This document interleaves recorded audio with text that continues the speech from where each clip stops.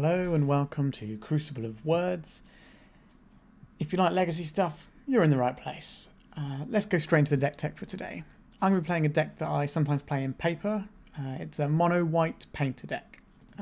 Painter is traditionally a red deck, but there's been an uptick in the white deck recently, and I've been playing it and I really enjoy it. So essentially, the way that you win the game is Painter's Servant plus Grindstone. Painter's Servant makes all the cards, including ones in opponent's library, the same colour. This mills cards, and if they're the same colour, it keeps going and going. So this is a combo that mills them out.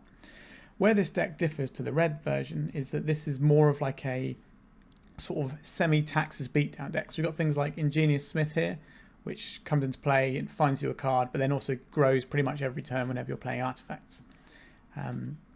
So you sort of got these guys that get bigger, and you got Mother of Runes and Esper Sentinel, sort of Aethervial, classic sort of D&T-ish type things, D&T adjacent at the very least. You got Aethersworn Canonist, which is another card that can really shut down all these decks that are looking to cantrip into answers to things. It just really sort of slows them down.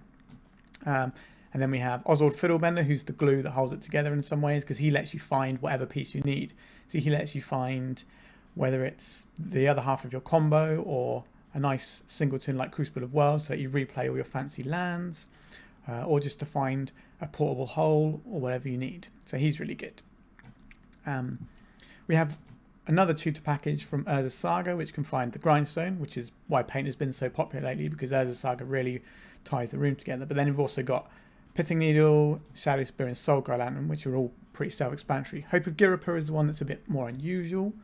This one is pretty good because it puts your opponent in a bind where if you've got the combo in play, they can't use removal spells because you can activate it in response. So you can't activate it in case they remove a spell in response. This kind of means that they don't really have an option. You get to stop them being able to cast spells and so on and so forth. It's also an artifact that adds to your Urza's Saga count. There's quite a lot of these. A few fancy lands we've got worth mentioning. Caracas, Higanjo's Seat of the Empire, Horizon Canopy, which is the draw engine with Crucible Worlds, and of course Wasteland, which I think is what really makes this deck hum. Now, this deck has a distinct weakness, which is the unfair decks. So if a deck wants to go off turn 1 or 2 against us, there's not a great deal we can do about it. In the sideboard, we have a few measures for this. So we have Deafening Silence, we have Ensnaring Bridge for things like Sneak and Show and Reanimator. We have Grafdigger's Cage, again for Reanimator, Dredge, etc. And then these Rest in Pieces. Some people are playing Ley Lines because turn 0 is better against Reanimator.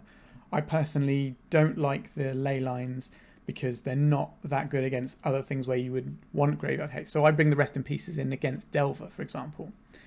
So I'm worse against Reanimator decks, but better against Delver because I have these Rest in Pieces, because they're spells I can cast, whereas the Ley Line is basically a dead draw, and if you have any dead draws against Delver, it can really just throw the game in their favour.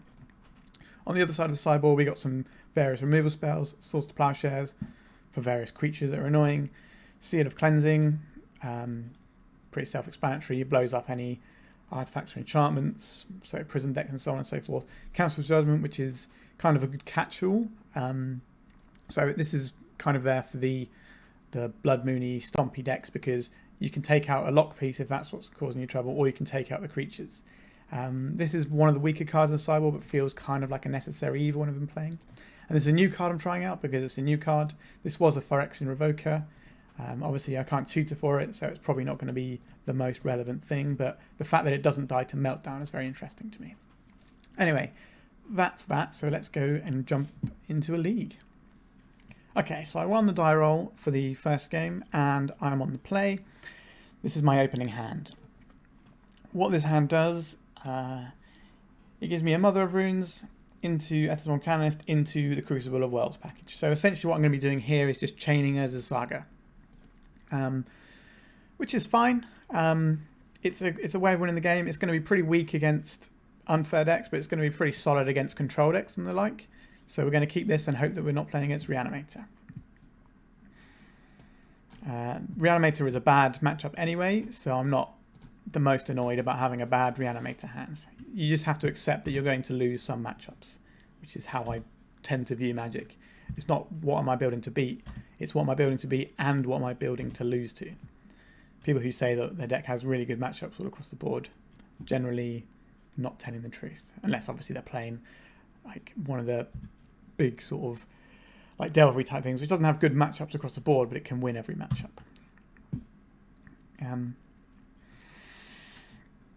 So my opponent is led with an island into Ponder. So this doesn't necessarily mean that they're playing a control deck.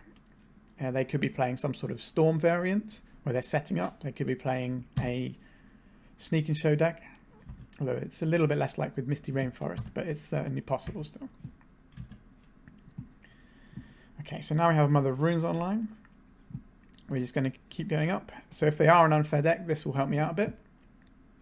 This will stop them from being able to play multiple spells in a turn, which is basically what most of the unfair decks tend to do. If it's a control deck, it will stop them cantripping into answers and sculpting their hand quite so easily. It'll also give me a way of attacking. So I now also have the combo in hand, because Painted Servant, and then this can go and fetch me the Grindstone. So we can play a Saga game, wear down our opponent's resources, and then combo, which is what quite often happens in this deck. I'd say this deck wins with combo probably 75 to 80% of the time in my experience. But that doesn't mean that the beatdown isn't a pretty successful plan. A lot of times you win with the combo and the beatdown on the same turn. You have sort of both lines available to you. It's just quite a nice little deck, this one. I actually have this deck in foil because it was quite cheap for a legacy deck, so I thought, why not? So Underground Sea is not a fair card. Okay, this is unusual. This could be some sort of Tainted Pack or Doomsday type list. I say Tainted Pack because you need to have singletons for Tainted Pack decks, so it could be Tainted Pack, Thassa's Oracle style deck. And that's what I'm more leaning, because Night's Whisper isn't a card that you see particularly often.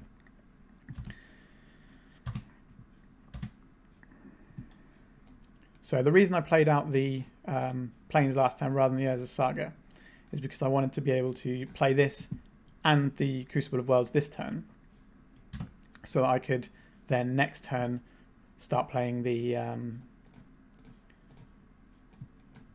start activating the Urza Saga. I wanted to have the turn 3 to play the Crucible and just get online.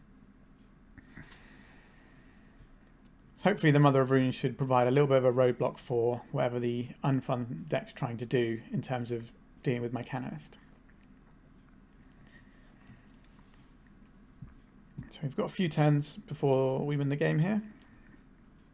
I could have sped it up by playing this faster on the previous turn, which is certainly an acceptable play.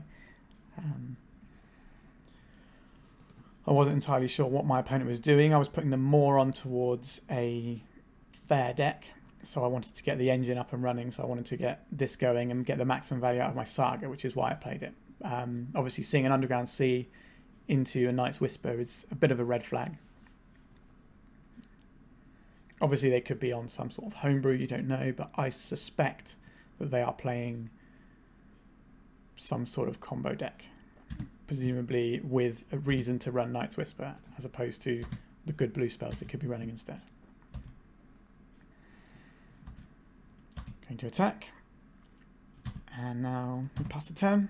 My opponent's quite slow, so they're giving me a little bit of, well, I thought they were giving me a little bit of head start on the clock, but we are pretty similar at the moment. Obviously I'm quite new to Magic Online as a program. I've obviously been playing Legacy for a long time, but I haven't fully got to grips with this, so having people who are a bit slow on the other side helps me out. It doesn't make me feel so pressured. Okay, so this looks more like a Doomsday pile here. Okay, so we got the Doomsday here.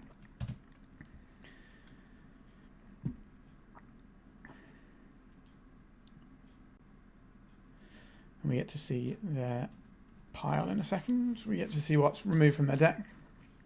So this matchup is probably not going to be great for me. As I said at the deck tech, the unfair matchups are not great. Like, I can still combo people and stuff.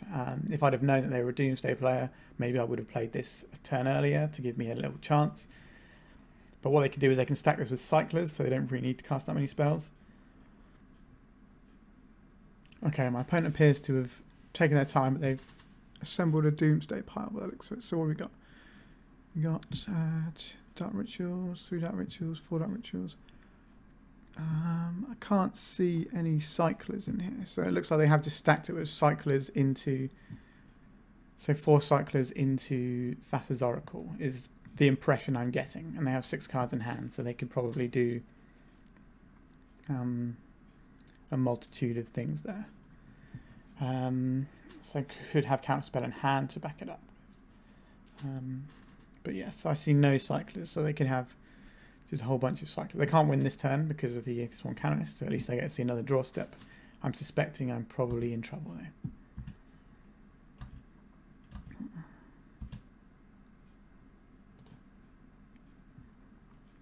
This is not a particularly helpful draw, truth be told. If we play this out, if we play out the Painter, it means next turn we have the mana to win the game. So we basically say, can you win this turn to them is the best I can do. I could have won this turn if I'd have played differently, if I'd have thought they were an unfair deck instead of a fair deck. But then their pile would probably be different in that situation.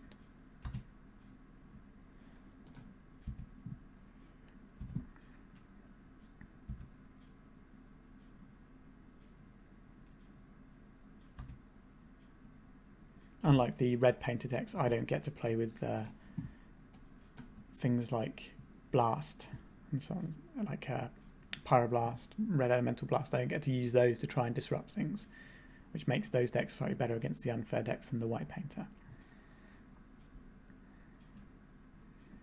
We're going to name black just in case they're playing some sort of snuff out. And we're going to hold this open so they think I've got something like a Swords to Plowshares, perhaps. The chances of them going for it are now pretty much... Okay, are we getting... Interesting.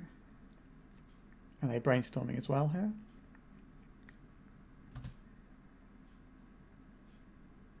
Consider. Okay, yeah, so that's the line of them having less cyclers, so they're going to be throwing stuff away.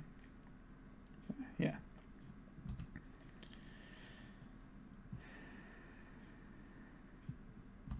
Not a million miles away on this one.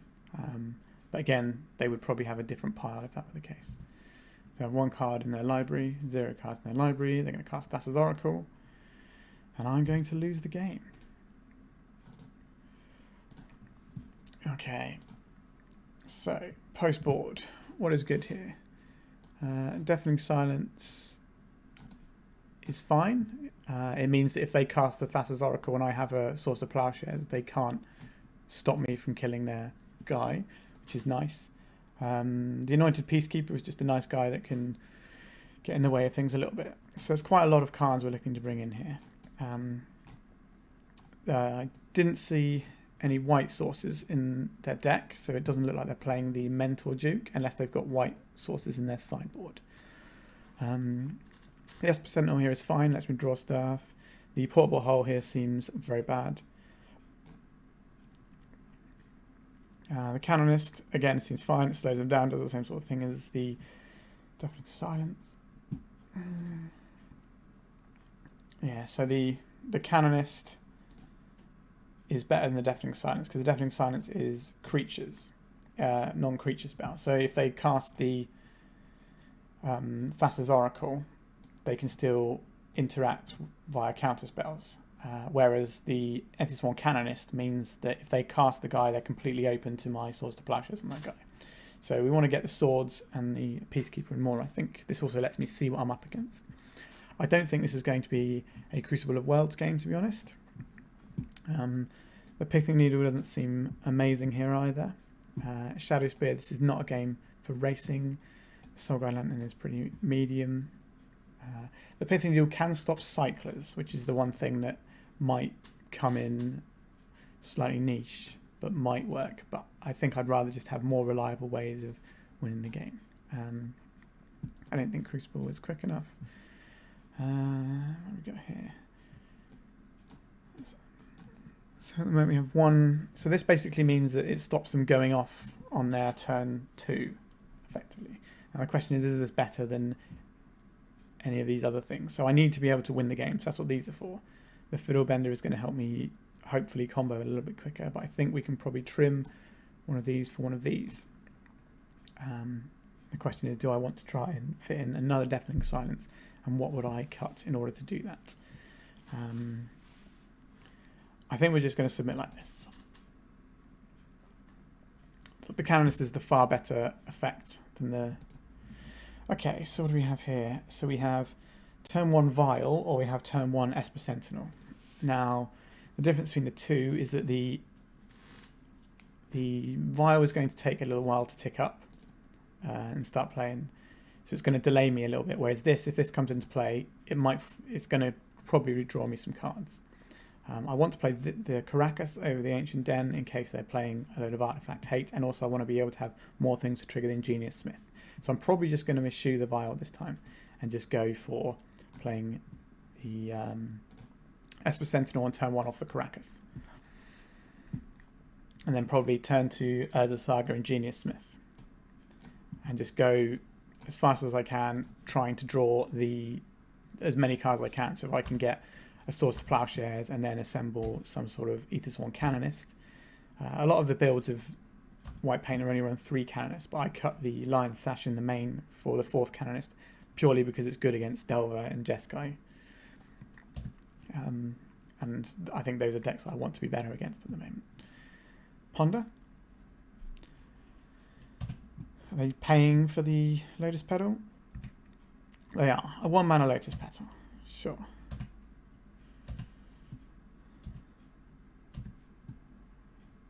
Okay, so you have Ingenious Smith. So I think we play out the Saga. If we had another piece of the combo, I'd be more inclined to try and play the Fiddlebender here. But I think the Ingenious Smith is just going to be better here. So I think we're going to attack, get the point of damage in, and then we're going to play my Ingenious Smith.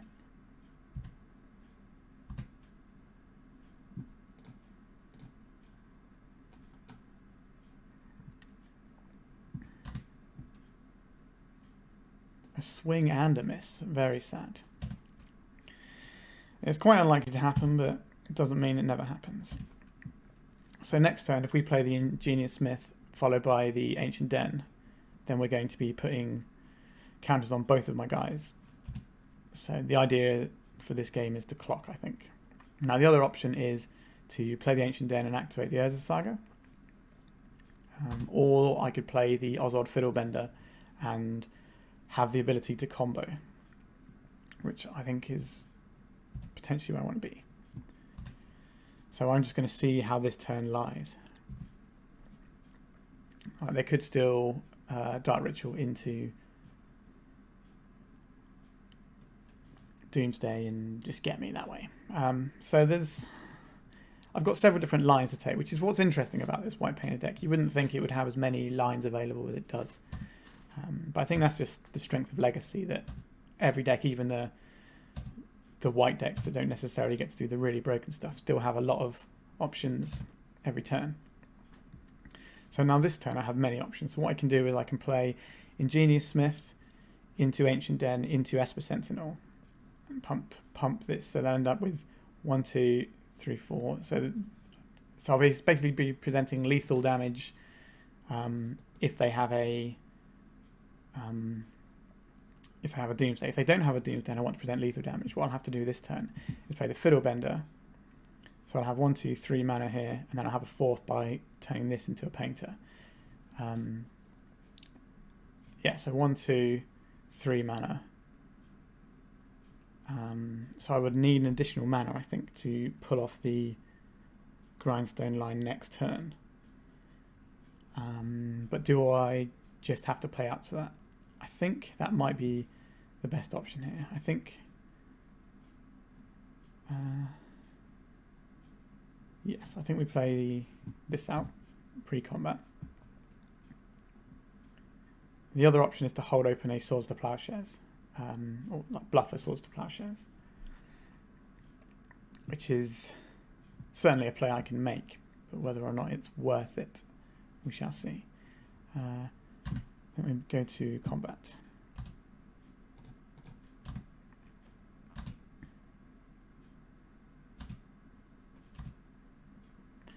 So now we have the options. So if we play the Fiddlebender and we get hold of any mana source next turn, we can win. If we play the Ingenious Smith, we're more likely to find a lock piece, but it means, do I think that they're going to be able to go next turn or not? So I think the correct play here is probably to present the lethal threat of Fiddlebender here. This will be an uncounterable lethal threat next turn if I draw a mana source. So if they have a Force of Will, they're likely to use it here, which might mean it's more difficult for them to combo off. So I'm going to leave open this to bluff the Swords to Plowshares, as well as potentially bounce Fiddlebender if I have to. I think bluffing the Swords to Plowshares is actually the bigger issue here. They took a little while, which meant they possibly have a counter spell. And they're just thinking it through. It's right not to counter this if they can win this turn. Obviously, they could still have other effects like Hurkyl's Recall, for example, which is very good against this deck. Although 8-cast has sort of taken a bit of a downtick, so I'm hoping to see less Hurkyl's Recalls than I did last time I went to a paper tournament. Okay, so I've been offered another turn here. Well, not necessarily, but it seems a bit more likely that I'm going to get another turn here. So this can find the Grindstone, and I can pay white to find the Painter, and then that gives me 2 mana in my pool. So if I draw a mana source off the top, then I can combo next turn. Obviously, if I don't, then we're going to have to reappraise what the plan is here. Right, my clock is going to be slower, but what this can do is this can find a Canonist instead, which can slow them down and makes the Swords to Plowshares bluff better. Alternatively, if I draw a Swords to Plowshare, then it's good, but hopefully they're going to see that I've been leaving up this Caracas, so when I leave up a single white source again, they're going to think possibly I have a Swords to Plowshare, so I've got to keep representing that in order to win. This is a very lengthy ponder, so I suspect my opponent is doing maths at this point, and they're thinking, oh, okay, I have a way of possibly winning the game here, but I have to puzzle it through, and they have to work out what their pile is, potentially. Because if they're putting Doomsday in a place where they have it in their hand, and then they can sort of combo into it, they need to work out their entire line before they finish resolving this ponder, which is why they're taking so long. Okay, so my opponent's finished resolving the ponder eventually, and they've left it on top and drawn. If they'd have shuffled after the end of that, that would have been fascinating to me. But they've drawn, which means they might be throwing out a Doomsday now. That's what I would expect, if they spent that long thinking about their line. They've got a full grip of cards as well. So they have a lot of options.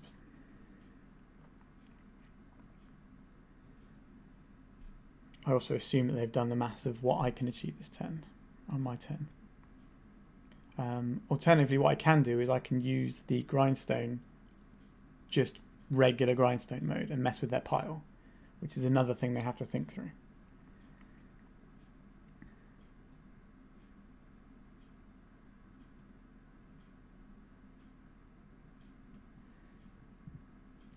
So they're going for the Fatal Push on the Fiddlebender.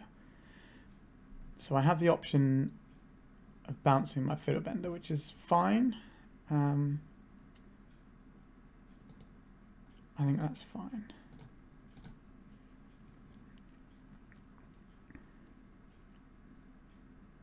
I thought about it a little bit in case I wanted to try and keep the bluff of the Swords to Plowshares going, but I don't think they're going to be able to Doomsday this turn and go off.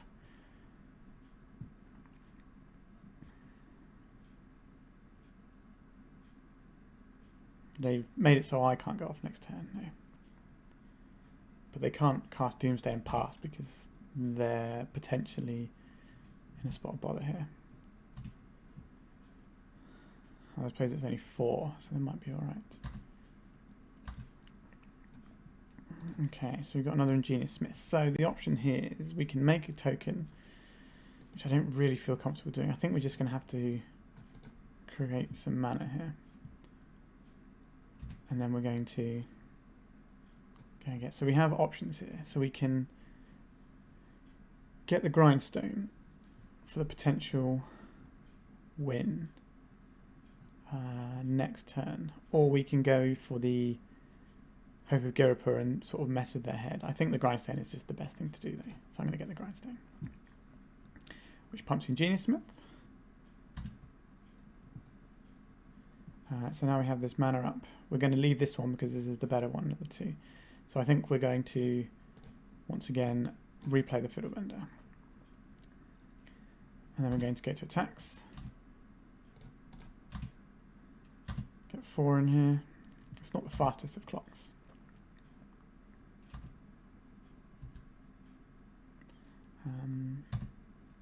These guys do definitely mount up. Like if I had the Ether Vial out earlier, I might have been able to double spell a bit more. But I didn't expect the game to go this many turns, if I'm being perfectly honest with you. I thought this was going to be a race to combo. So I use these to try and get pieces. It's a bit awkward that I haven't found a window. If I'd have drawn a land that turn, I probably would have been able to thread in the Ether Vial as well, which can then start giving me additional threats. And threatening an instant speed Fiddlebender at end of turn. So I sort of gave my opponent slightly too much credit, perhaps, by playing this turn 1 instead of the Ether Vial. But this has taxed them 3 mana, I think, in total. Which is pretty impressive. You know, it's held them back 3 mana with a combo deck. That's quite a lot. So they're in the tank again. Okay, my opponent seems to be tapping some lands finally. We're looking for another ponder here. So this is taxed 4 times. They really don't want me to draw a card. I think, even though this has been doing quite a lot for me, I think I'm probably, if I don't draw enough land to do anything more exciting, I'm going to probably turn this into a Canonist, because that's going to make it much more difficult for them to combo in 1 turn. Which I think will buy me enough time to hopefully close the game, because this should be beating for possibly 4 this turn and 5 the next turn. So with an addition of this attack, it should be lethal. So that's what I'm going for. But we have to see what lands we draw. And they're tanking over a ponder again. Okay, so they finished resolving a ponder. They did not shuffle their library this time either.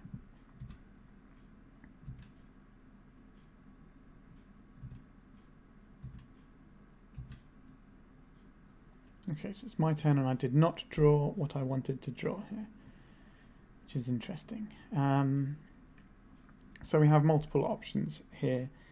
We can play a pre-combat Genius Smith trying to spike an Ancient Den. We can play out an Ether Vial and hold up the... I think we're probably going to be winning with damage this game. So I think what I might actually do is turn the Grindstone into a Canonist to pump this, and then I can hold open the so I can hold open the bluffed Swords to Plowshares I've been bluffing this whole time. And I want to get an artifact so I can grow this. So we're going to go get the Canonist. Obviously this puts me quite vulnerable to Hurkyl's Recall, but this guy should hopefully be big enough that it doesn't matter. Because if they Hurkyl's Recall, they probably won't have enough mana to combo that turn. We hope, obviously. We can't be 100% sure of that. But okay, so this puts them to 5.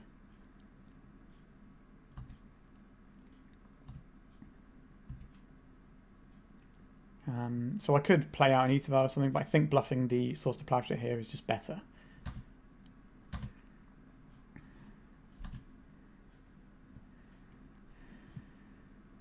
Unfortunately, if I put my opponent in a position where they have to go for it through the Canonist and potentially through a Swords to Plowshares that they think I have, then if I don't have it, then that's a bit of trouble. I kind of put them in a they have to go for it sort of turn here, but they might try and mitigate what I'm doing instead. But we'll see what happens. I didn't really want to give them the all clear by just playing out 1 drop entirely.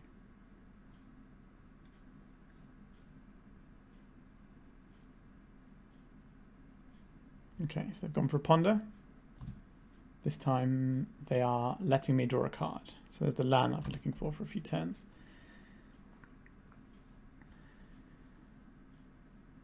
They've conceded. Okay, sure. So we managed to get that one with the beatdown plan.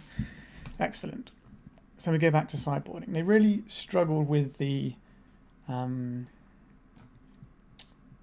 sort of taxing cannons. I think they actually overplayed around the taxing. What I'm going to do on the play is I'm going to bring this in and take out an Ether Vial. Just so I've got slightly more early game interaction. I think that's probably fine. Yep, I like that. Let's go. Okay, so we're into the third game now, and this is my opening hand. So we have a Wasteland, which can certainly mess with them because they're quite dependent on black and blue mana, so often fetch Underground Seas. But I have the ability to play a 1-drop that caused them a little bit of burden last time. And then I can sort of play into Ingenious Smith to try and find stuff. Now the question is, does this hand do enough? They can pretty much just ignore the Esper Sentinel if they think they can win the game. Now if I mulligan, I'm not necessarily likely to get anything that's going to help me out here, but I think with the Wasteland being the land, I can probably keep this one. As I said before, this matchup is not favoured. Even if my opponent is playing quite slowly, I don't think they're going to clock themselves in 7 minutes. I think they're probably just going to be going fast here. I would imagine that's the sort of hand they're keeping with this amount of time on their clock. My opponent has finished doing their mulligans now, and they went down to 6 in the end. Hopefully not going to turn 1 me, because that would be problematic. Could be thought seizing me here. Okay, they are just going to turn 1 me. I see. Yep, sometimes they have it. See, this matchup is, like, unless I was trying to play mind break traps in my sideboard, this matchup is basically unwinnable if they have an opening hand like this. Like if they've got 2 black mana floating, I'm trying to think if there's a way that they can, if they've got Cyclers in hand, or the draw 2 spell and have Petals, they might be able to win this turn with the floating mana, because obviously they've got these 2 mana for a reason. Yeah, okay, so they got the Night's Whisper. So they're going to take that, go to 7, play the Lotus Petal, play another Lotus Petal, and they got some Cyclers. Well, they're gonna cast Ideas Unbound. So drawing their whole deck here, and they got the other 2 Lotus Petals. Yep, and then they're going to play the Thassa's Oracle. Yeah, so there's nothing I could do about this in white, basically. And this is why that's a bad matchup. Okay, so we're into the second round now, and this is my opening hand. I've got some 1-drops, I've got some 2-drops, I've got half of combo here, I've got a bit of interaction and ways of messing with people's resources. I only have the 1 mana source, but I have multiple spells I can cast with it, so I'm going to keep this hand. My opponent's on the play. Tropical Island. So that could be some sort of Uro deck, most likely. But there's also options for Storm decks, like the Epic Storm runs things like Tropical Island, so it can cast Veil of Summer and Abrupt Decays out of the board.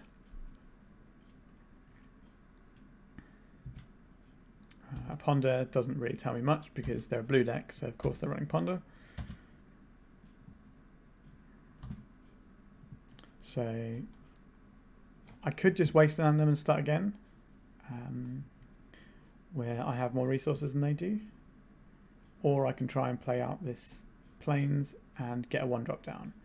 I think if we want to play the resource game, I think playing something like an Esper Sentinel here would be good.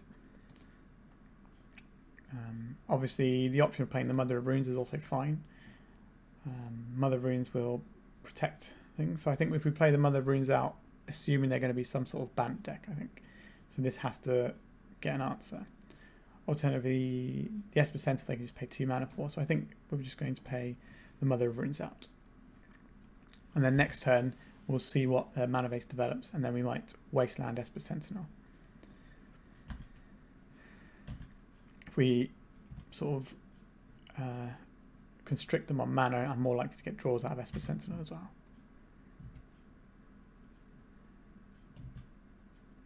Another Ponder, which is good news for me.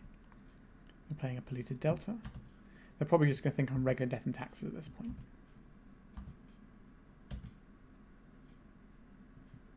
Okay, so we've drawn an additional Painter's Servant, which isn't something I necessarily needed right now. What I think I'm actually going to do here is play out the Aethys One Canonist, because I want to hold back. I want to be able to cast 2 mana spells. So I'm going to play this. And I can already protect it with Mother of Runes. So this might get a Force of Will. So, yeah, okay. So this deck could also be something like Allurin. So there's definitely options for combo decks of a slower variety. The Force of Will rules out Storm, but it could still be something more like Allurin. Or it could just be one of these big Uro piles that they're quite popular at the moment.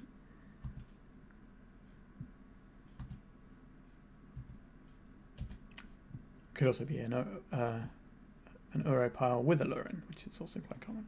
This is actually quite a nice pickup if it's one of those sorts of decks. I don't think trying to constrict them on mana is a particularly useful play right now. So what I'm going to do is try and get some more card advantage with this, because we've already got 2 for 1 off the Force of Will. I think we want to, because what this deck essentially wants to do if it is an Uro pile is trade resources and then win with Uro. Okay, so that's another 2 for 1. Sure. Because they can't cast Uro yet, I don't really want to expose this as a thing that I'm doing, although it would be mana efficient to do so. And it might pivot their plan somewhat. They could also be a Murktide deck. You don't see a lot of green-based Murktide decks though. I think we're going to play out the Soul Lantern. Seems unlikely they're going to have another response for it. We could get rid of this Force of Will. Or this Ponder. The Ponder is going to be the better thing to get rid of in case they're playing Snapcasters.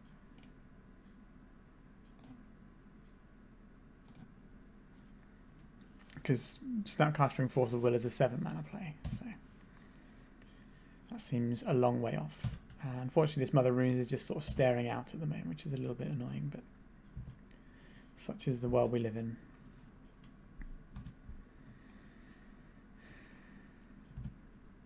I need to really hit some more mana here. If my opponent's missed a land drop, I'm more incentivized to use my Wasteland, but I need to be able to cast spells. So hopefully I draw a land this turn, I can Wasteland and hit them. Okay, we'll just play the second main phase.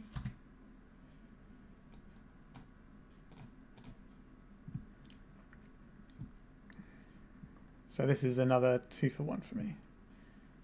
This, well, it should draw me a card. It didn't in the previous round. So what does this find? This finds me a land, which is very nice. So we can play the land, which will then pump the Ingenious Smith for next turn. And then we can cycle the Soulguide Lantern if we need to. And then next turn, if they still don't hit a land, then we can definitely be on the Wasteland plan here. And then we can just start going to town on their life total with the Ingenious Smith that they can't remove. And cracking their Polluted Delta. Interesting, they cracked their Polluted Delta but then didn't follow it up with anything. Okay, so this is a great draw. This is going to give me a lot more beatdown options. So I think we play this out. We use this to cast the Painter.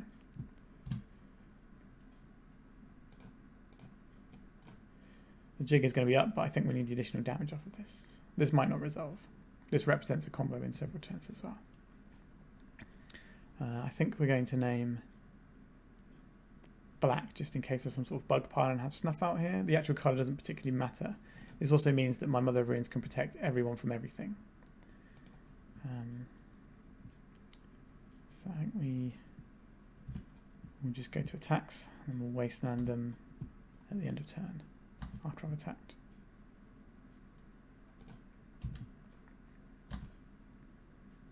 These portable holes are eating up space in my hand at the moment, which is a bit unfortunate. Endurance. Yes, this is a slightly awkward one. It's something that could have happened, but we have the Mother of Runes if we need it. at least we sort of know what they're on now. They're on sort of more of a stock Uro pile here. I'm going to give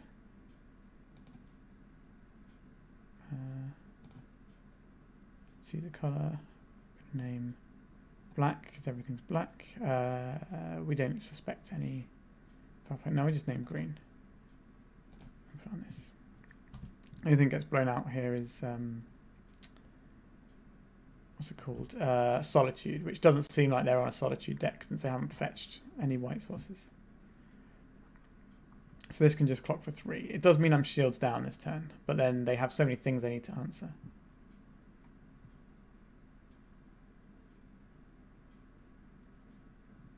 What's happened here? Oh, have I misclicked? Great, I've misclicked on my mother of runes. I must have double clicked it. I'm new to Magic the Gathering Online, and it shows, unfortunately. I've played Legacy for a long time, but I'm just bad with the operations of this particular program. And I didn't wasteland end a turn like I was planning to. If I'd have wastelanded first, I could have baited out the endurance and not made the attack in the first place, which wasn't a clean paradigm shift. Oh, okay, so they're a Thassa's Oracle deck here. Exile card and player, and shuffle your graveyard into your library. So presumably they have the Thassa's Oracle in hand. So if I hit this, it's not going to make any difference. Okay. This is awkward. So they are a combo deck. So they have the Thassa's Oracle. So what we do here, we sacrifice this to draw a card. We didn't draw anything relevant, so we're dead. So my misplay didn't actually matter in the end of the day, but it was still some horrible play that could have gone a lot better for me. So I'm playing against another Thassa's Oracle deck, but this one is a bit of a slower one. Okay, sure. So, what is going to be useful here? Not a great deal, if I'm honest. The Source of Plowshares to take out the Thassa's Oracle. We don't want any of the graveyard hate stuff because we don't want to just make Paradigm Shift an instant win for them. So I think we just want the Peacekeeper and some Swords to Plowshares. So what is bad here? The Soul Guide Lantern, I have to suspect that they're playing some sort of Uro in their deck. The Pithing Needle doesn't seem to have any relevant targets I could see, but they could be a Narset deck. But I think we'll take that out for now. The Mother of Runes probably fine. The Portable Holes seemed very bad. It didn't seem like they were going to be giving me a lot in the way of targets. Obviously, Portable Hole can hit Thassa's Oracle, but not instant speed, so it's irrelevant. I think if it's going to go into a control-y fest, I'm going to want the Crucible of Worlds to grind through that. I hope if Girapur can help me combo off in the face of various things. We're looking just to cut 2 more here. So, what are we looking at? I think the Sentinel is good still. I think I want the Wastelands to mess with them. The Soul Guide Lantern, they could be on an Uro pile, so I think I don't want to board in all this, but I at least want to have access to the Soul Guide Lantern in case that's the thing that happens. I think we can probably trim a Fiddlebender here, and we get 1 more trim. So whether it's the Canonist to stop them comboing in 1 turn, which I think is fine, I think we probably want to keep this.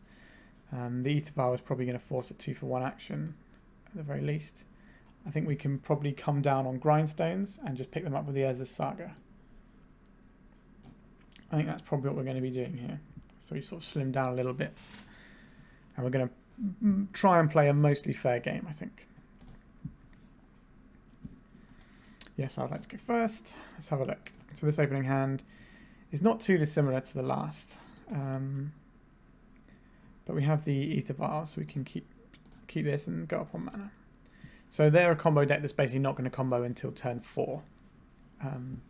Because they could be a Green Sun, so they can get out a turn ahead with a Dryad Arbor, which is something I'm going to have to watch for. But I can keep them off of 4 mana with a Wasteland. So me not Wastelanding them in that game basically cost me a turn. I might have been able to draw more stuff or stop them from drawing altogether. So I'm not very happy with how I played the last round, is what I'm saying. I've not played against the that particular deck before. That's not really an excuse, but that is what happened.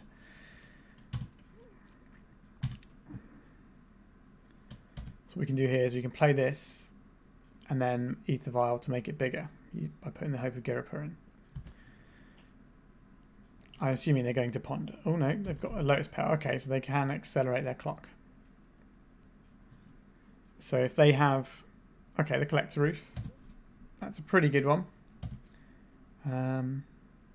Again, I have the Source of Plowshare, so I took out the Portable Holes because I didn't have any targets. This was something I could obviously see coming in. But having the Source of Plowshares is more of a good catch-all answer. Yes, I will put a counter on this.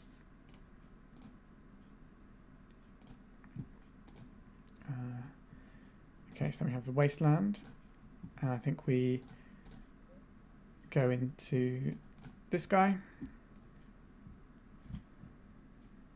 A swing and a miss. Very sad state of affairs. Not going to be my day today. Okay. So we'll worry about this guy later. We were planning on playing a fair game anyway, so some of the artifacts aren't so much, and we don't have any artifact lands, which is the real kicker from this guy.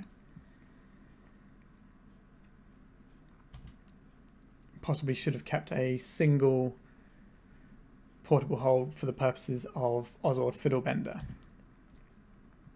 It's definitely something I should have thought about more. I've not played against this deck, but I've played against other Simic decks, so I really should have thought a little bit more about that. But I don't hate my position right now. I'm not a huge fan of it either, but I don't hate it. We will put a counter on this. And we're going to leave it at 2 for the rest of the game. Okay, so we have an artifact creature, or we have a Mother of Runes. So we can play this and this, which is both fine. I think the Mother of Runes is a good shout. And then we can play the Hope of Girapur. They are not going to trade with their Collector Roof here. That would be a very bizarre thing to happen. So I'm going to attack with my guy. Because this is probably where... This is already... Well, it didn't find me a card, but... If this trades with this, then it's pretty good for me because it's one of their sideboard cards against just a guy, basically. That's all this guy is at this point, just a beat stick. So I may as well get the damage in. If I can untap with Mother of Runes, then I can keep deploying more threats, I think. I didn't see any white mana, so I'm not suspecting any wrath effects. I'm just thinking it's going to be things like Endurance to watch out for, but they don't have double green. Endurance is quite the Magic the Gathering card. Okay, so they've missed land. That's good.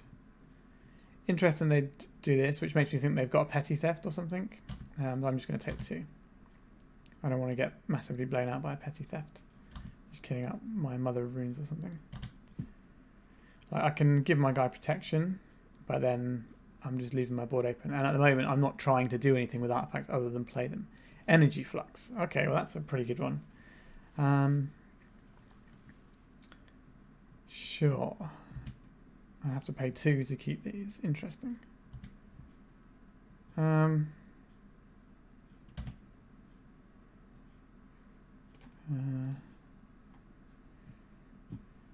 Sure. So I'm going to pay 2 to prevent this. I don't think it's worth my time, to be honest. I'm just going to let the Ether Vial go as well. They're not doing anything. I don't think the 1/1 is that relevant. It was basically just a counter on this guy.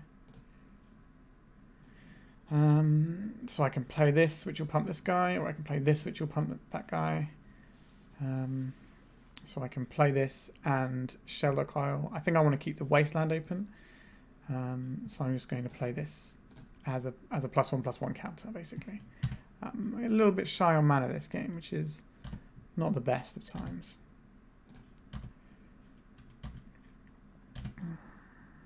I've got a hand that's not great against the old Energy Flux. Like, my deck isn't amazing against it, but I have the Ingenious Smith, which is what I want. So I don't want to hit the Sheldock Isle until they're representing something that makes their library enough cards to activate the Sheldock Isle, because I might need additional mana at some point. This might get me a card as well, so it would certainly help me draw some more mana, which could let me do more things. They certainly come equipped for my deck here. I think part of the problem with this deck sometimes is that there's a lot of splash hate because of 8-cast being so popular. Obviously it's less popular than it was, but it was such a big part of the metagame for a little while that you still see it, but you don't see it every league, whereas for a while it was competing with Delver until they started packing a load of meltdowns. Obviously if the meltdowns become less frequent, then you're probably going to end up with more 8-cast again. Do I want to pay 2 to keep this alive? I'm going to say no. I need to keep this up for the Sheldock Isle in case it has a Thassa's Oracle under it. Although now we have an interesting decision. Do we play out a guide to give my Ingenious Smith +1/+1? Do we play out a Fiddlebender so that we can have a 2/2 that can also beat alongside my Ingenious Smith? Or do we hold up the Wasteland so they don't die? It's a tricky one. I think we have to hold up the Wasteland, which is a pretty ugly play, unfortunately. But I am winning the race. Doesn't take much to change that, unfortunately.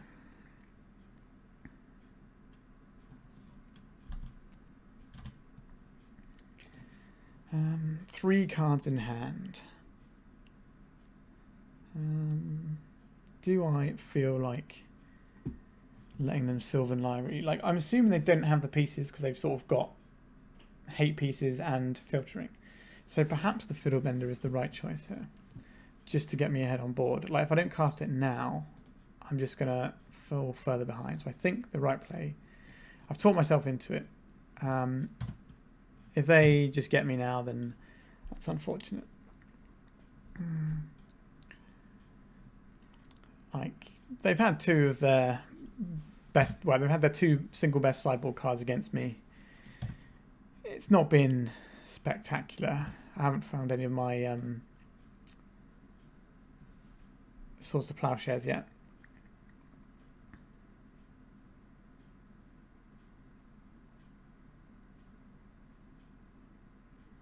So certainly behind in the drawing sideboard cards stakes. Then again, I'm a white deck and they're a blue deck, so they should be finding more of their cards. Not that they've been doing a lot of fixing. Okay, so we've got Ponder.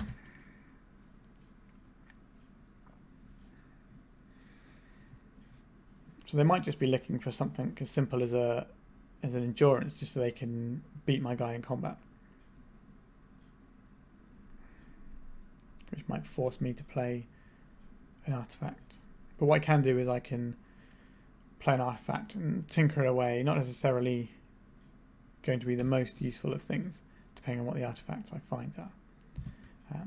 If I find like an Ancient Den, I can then turn it into an Esper Sentinel, which at least gives me a chance to tax their mana or draw a card.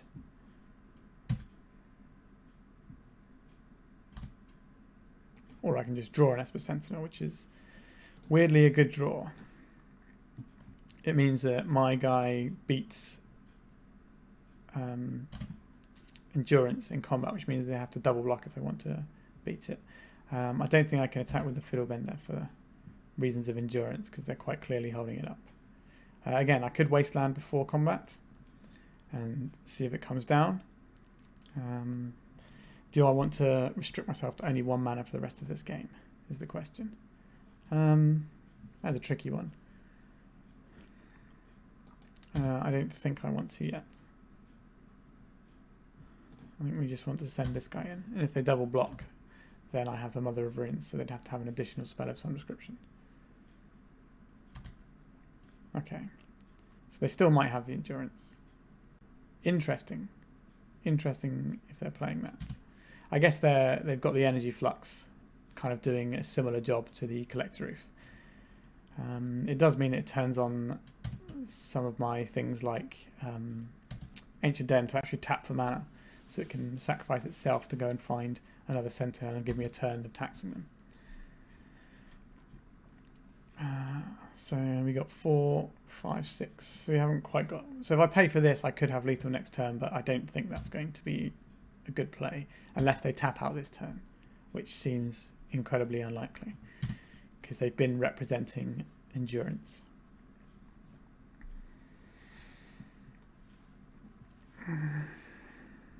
Does feel scary because pretty much at any moment they could win the game. Which is... Are you going to pay for my Esper Sentinel? They're not going to pay for my Esper Sentinel. Are they going to pay? Okay. They did not pay for my Esper Sentinel, which is very bad news for me. I'm looking to pay costs here. Paradigm shift. So they're going to shuffle all the cards from the graveyard. So I want to put an extra card into their graveyard as well this turn.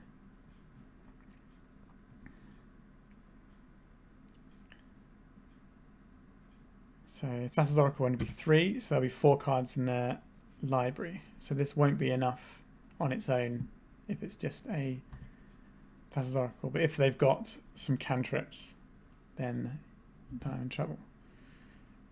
1, 2, 3, 4, 5. Interesting, they shuffled that. So 1, 2, 3, 4, 5. So they've got 5 cards in their library. So Thassa's Oracle won't be live yet.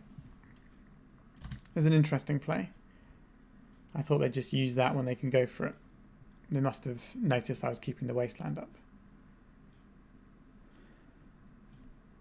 So it was Ponder, Misty Rainforest. Okay, so they're gonna petty theft this. Choose target creature. Okay. Okay.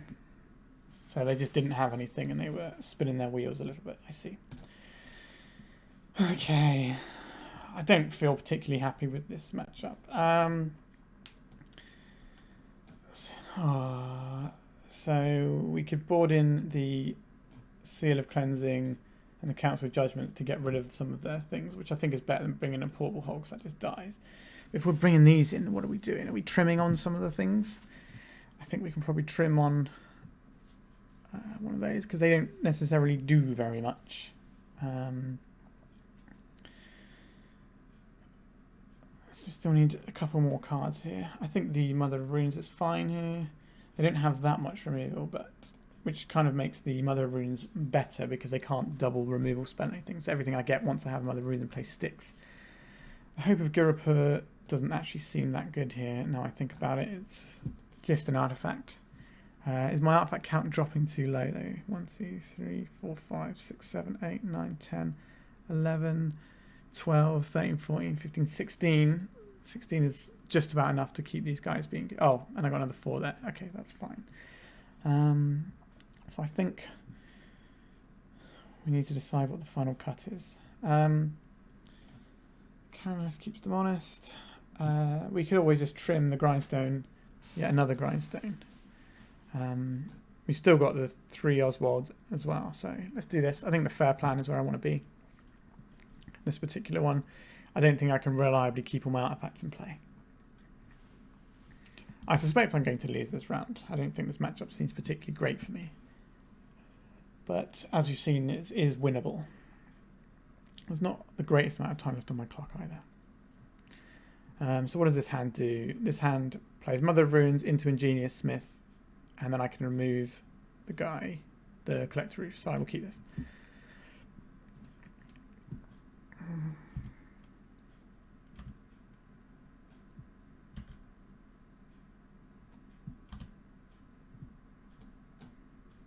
Another land that gets stopped by Collector Roof, so at least I have the plains so I can source the plowshares.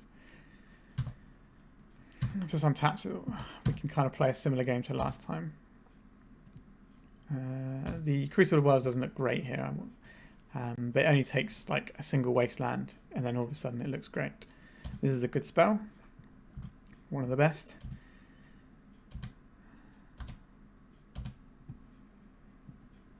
Okay, so now we have this play. So and we just go out and we keep the same plays that we were doing last time pretty much.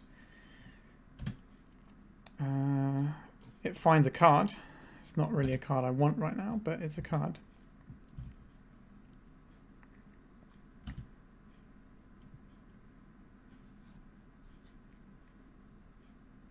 It took a little while to resolve that one. So they put 2 back, so they didn't pay any life. Interesting. Ponder, I would assume. Collect Roof. That's totally fine. That's what the Swords to Plowshares is for.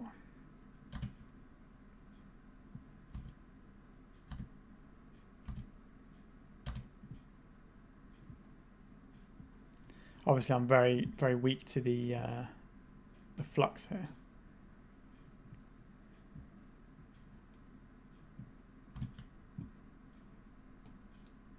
Let me play this now.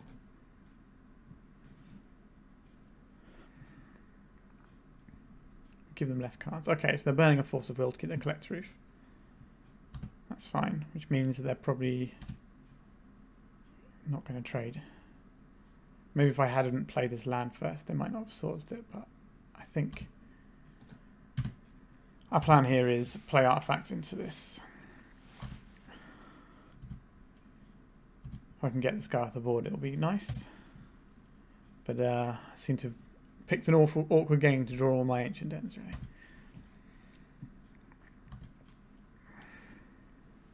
It's going to be bad times if they draw the Energy Flux. Not a card you see every day, but a very powerful sideboard card for sure. I assume this Collect Roof is going to attack. No, it's keeping it back. Interesting. So they're representing Endurance again, which means I can't realistically attack because I'll drop the shields on my mother in a way that I don't want to. So we can play this out. So the text on this card still functions. And it's still going to pump my Ingenious Smith. Yes, I'm sort of playing into Energy Flux, but if you look at my hand, there's nothing I can do about that. What I'm really looking for is an Urza's Saga here. I don't think I can attack into the Endurance. Like, yes, I can Mother of Runes this, but if this guy dies, that's my main win condition gone. Okay, so it's just a Icefang Coil. Didn't see them in the first games, but they were pretty expected to be in there.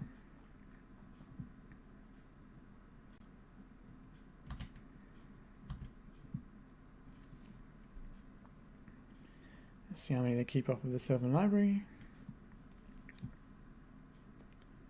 Put 1 back. Put 2 back, sure. So next turn this outgrows the Endurance, but they can double block it with Endurance and Icefang Coil if they have the mana up for that.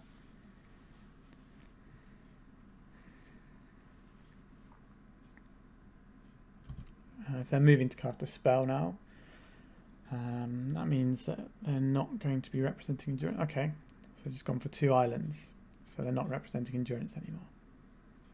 Which means I have a free attack. It's 3 snow, isn't it? If you get 3 other snow permanents, yeah. So they don't have Death Touch on their Coil yet, and they have no way of getting that instant speed that I can think of. Certainly not one that they're playing. I don't think they're going to crop rotation their Tropical Island. That's my turn. So we have an Esper Sentinel. It's not necessarily great. I kind of am loath to play this out purely because of the Energy Flux, but I think I can still play this out and pump my guy.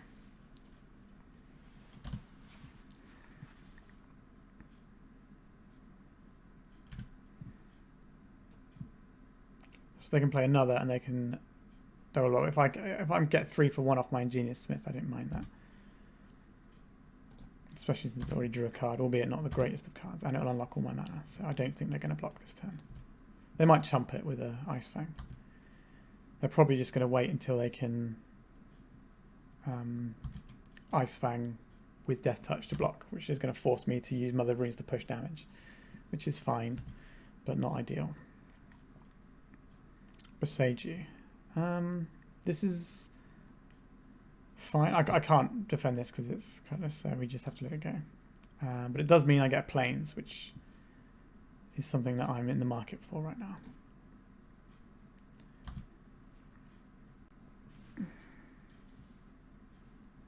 Okay, so I'm going to get to draw a card off of this, which is nice.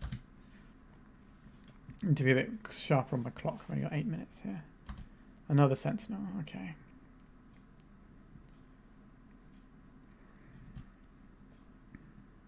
Like, they could just untap and combo me, and there's nothing I can do about it, which is the way the cookie crumbles sometimes. Like, they've seen quite a lot of cards, although they're not fetching away anything with their Sylvan Library here. Like, they brainstormed end of turn, so they're clearly looking for something, unless it just happened so that the numbers were exactly right, that they could, if they brainstorm, they had the win this turn. They seem to be moving pretty sharpish about it, so it could well be a win. I still have a chance of drawing into a Swords to Plowshares. The reason they got rid of my guy is presumably because they had the combo this turn and wanted to go off. Or they had some other double spell play that was really, really beneficial to them. But we'll see. Okay, so they're shuffling their guy in. Interesting. Okay.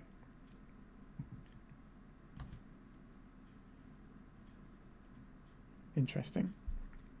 So they've got 2 cards in hand, so I know what the 2 cards are. So basically, I'm looking for the Esper Sentinel to draw me into a Swords to Plowshares here, which will be the game if I draw it, or if they make a mistake and pay here. I did not draw the Swords to Plowshares, so I think I am dead this turn. So I have no cards in their library.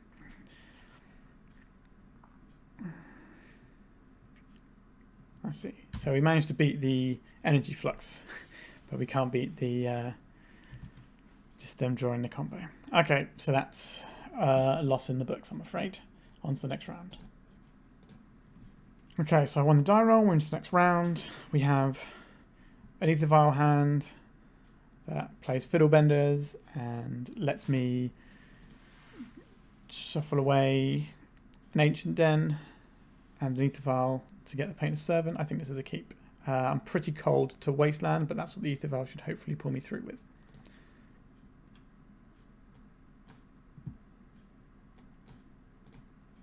So I'm going to play the Ether Vial out. It resolved.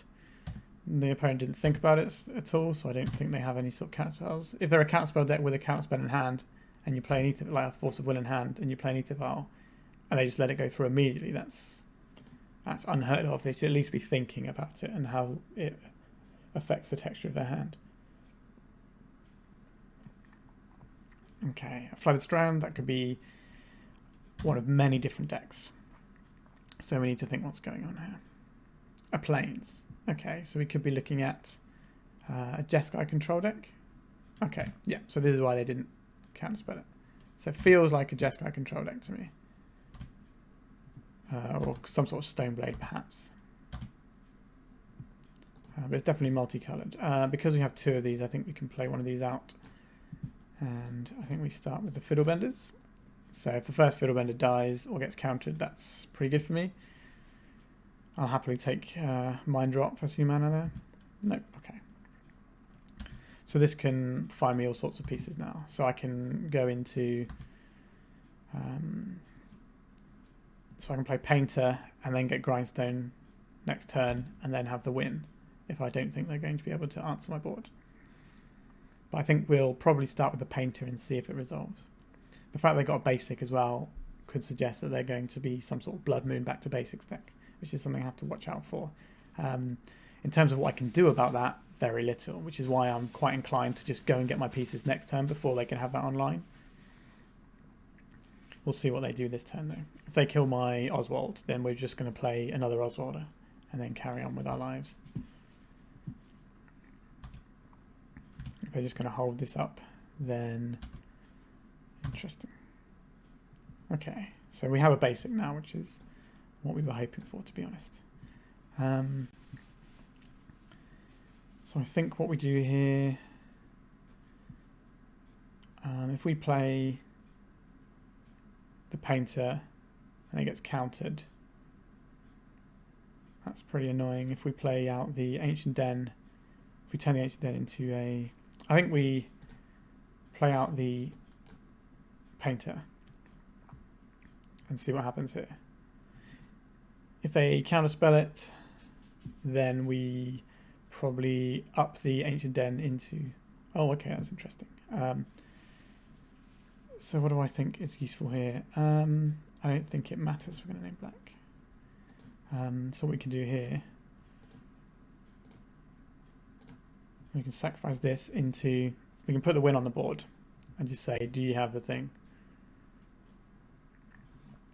Okay, so I'm going to swords my guy. That's fine. I could still go up the chain and get other things later. So what we could do here instead is we could go and get an Esper Sentinel and try and draw some cards off of what they're doing, since the thing didn't work. And then we can turn the Esper Sentinel into a painter when the time comes and turn the Ancient Den into a grindstone. I think this play is fine.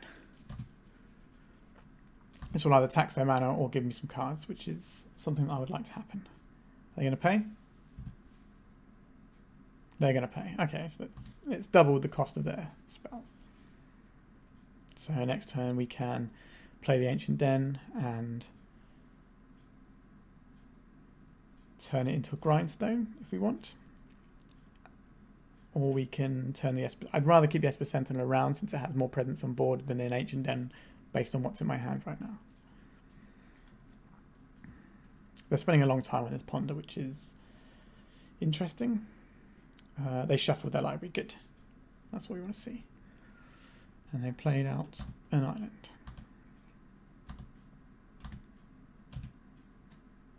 Okay, Horizon Canopy. It's quite a good land. I think we play out the Ancient Den. And we sacrifice this. And see what our opponent does here. Okay, so they didn't do anything. So I'm going to go and get the grindstone, I think.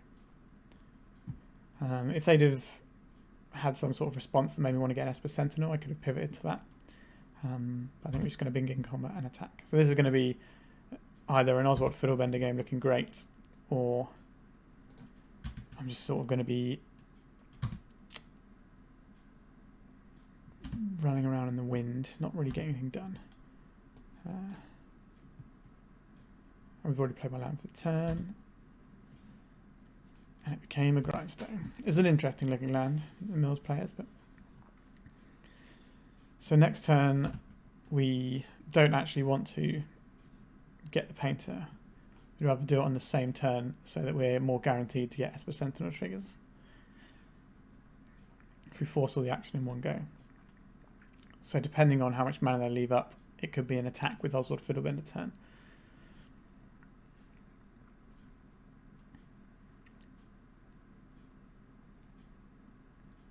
Also, if I attack with them, it might make them think that they can remove it. So I could trade with a Hull Breacher or something, and then I can play my second Fiddlebender. So I have the 4 mana enough to weld the Sentinel or the Grindstone. I can't weld the Grindstone because this is sorcery. It's not like Welder, which is an important thing to remember. You have to do this at sorcery speed.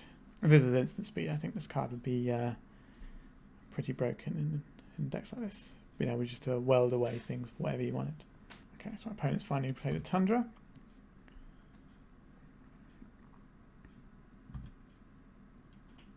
And they're not following up with anything else. I see.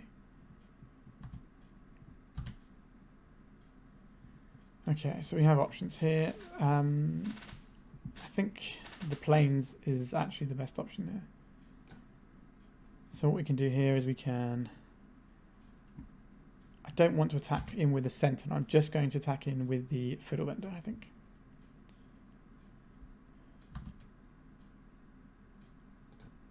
So if they have a Hull Breacher, it's a 3/2, so this guy can trade with it. And they might take that if they don't have other removal, or they might just take this as an opportunity to remove it.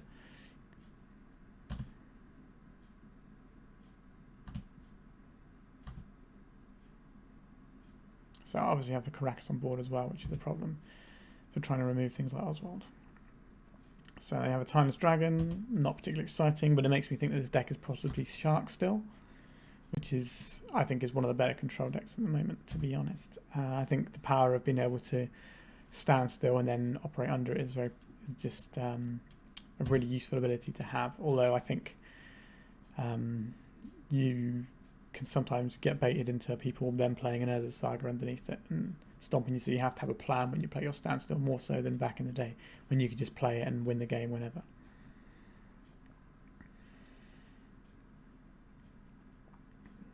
Let's play another land. Yep, so there's a standstill. Which is a weird one because I can win without casting a spell. So I will force them to make me draw 3 cards. This seems a very weird line to me. So be it.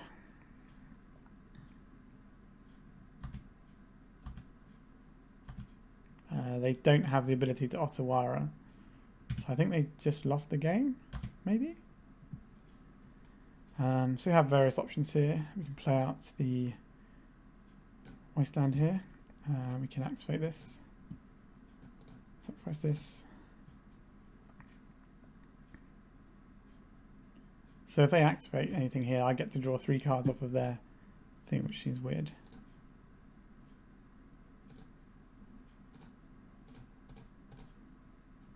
Grind you out. Oh, let me see the whole deck. Shark Typhoon, Ponder, Wasteland. Yes, it's very much a standard blue-white Shark Still list. I can't see anything unusual in here. It's got currency converters. It's got a single plateau, which means they've got Red Blast in the board. So they're not really playing anymore. They might be playing Blood Moon in the board, which is another thing, but they see I'm a single colour deck, so it seems unlikely they're going to be bringing Blood Moons. Okay, so what is good against Standstill?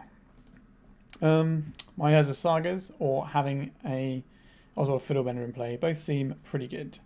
I quite like the Anointed Peacekeeper here. Dodges Meltdown is just a nice guy to have. I don't think I really want to be in a situation where I'm trying to trade with the trying to like destroy Shark Typhoons. I don't think that's a good way to go. I think I'm better off just applying pressure.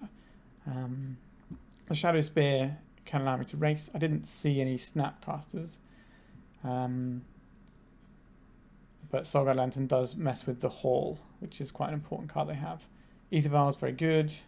I don't think the Portable Hole is good, but I can keep 1 to 2 for. I think my deck's just pretty clued up to beat this, to be honest. I could bring in some hate for the Eternal Dragons as well, but I'm not necessarily sure if I think having the Crucible of Worlds and just recurring Wastelands and Urza Sagas is going to be more powerful than bringing the Rest in Peace here.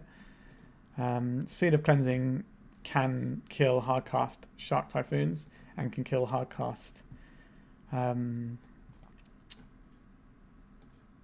the Standstill. Council Judgment can answer the Planeswalkers that I know they have. So there's definitely an option of bringing in a Council's Judgment or 2. I think I like the Fiddlebender too much in this matchup. The Canonist actually doesn't seem as good when they're playing a Standstill deck because they're kind of cycling a lot of their spells. So they're going to be able to operate underneath it quite well. So I think I could probably trim a Canonist. Well, the other thing with Canonist is it's a threat that gets in low. So there's definitely options here. Hope of Gurapur is good to push through counter walls. I guess we could trim a Grindstone. And I think the logic for trimming a Canonist is fine here. So we'll trim that just so we've got a few answers to Planeswalkers if it comes to it. And we're going to try and grind them out with Urza Saga. But we might just be able to flip into a combo, which is what the deck often does. It beats down, expends resources, and then combos. So what does this hand do? It's a little bit slow. Gives me an answer to Timeless Dragon. Has a 2-for-1. Has this new card that I want to try out. These games are probably going to be a bit slower, so I think I can keep this. So the main thing that punishes me here is if they play Standstill on the draw, on the play. There's 2 ways of playing through Standstill. You either let them draw up to 7 cards and then crack it, so it's more of a filtering spell, or you or you just crack it immediately and just play through it. And just try not to let it slow down your movement. Okay, so this hand has gone from being okay to being great. So we'll play this. On turn 2, we'll play Urza Saga into Ingenious Smith, and then turn 3 onwards, we're just going to make Urza Saga. If they make a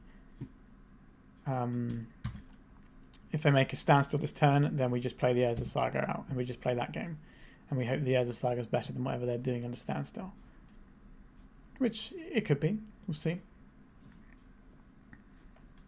they're thinking, which means they probably don't have standstill, because if they did, they would just slam it immediately, because that would be a very good spot to play it.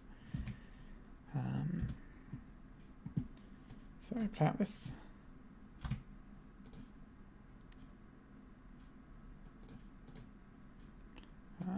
Let's see if this gets any action. I suspect that they won't care too much about it. Could be wrong, it does represent 2-for-1, but they'd have to most likely 2-for-1 themselves for it. Okay, so this is putting me ahead in cards, well, if it hits. So the Ether Vial here is very good. The Painter's Servant represents the combo with my Urza Saga. So it's actually a pretty tricky choice here. I think I'm going to take...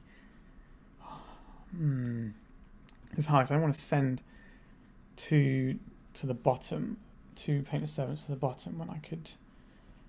I think the Urza Saga and the Ingenious Smith is enough to get around a standstill anyway, so I don't think I'm going to need the Ether Vial for that. They probably brought it in Supreme Verdict.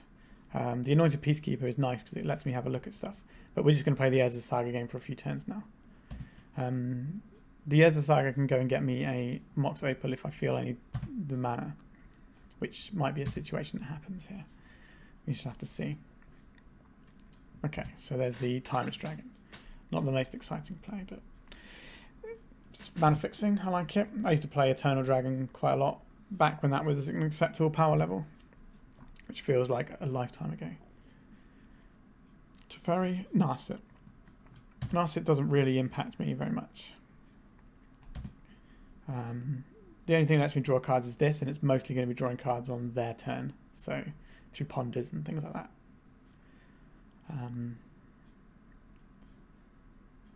Okay, so they've got Swords to Plowshares in their hand. There's a Tundra we knew about.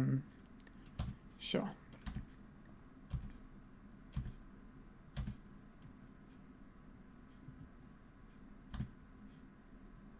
So what we do here is we play an Ancient Den this turn to pump this.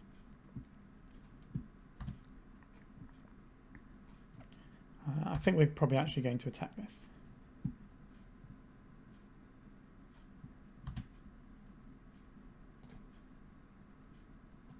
Fortunately, it's only for 2, but it means that it can't get them any more cards. Because I don't care about the other ability on it, apart from the Days Undoing combo, if that's something they have, which I didn't see when I looked through their list.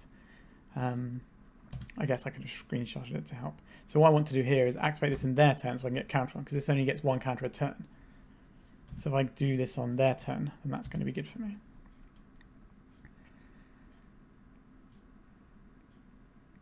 Flooded Strand, sure. Another Tundra. A Timeless Dragon Eternalized. Sure. In the end step. Going to make a guy.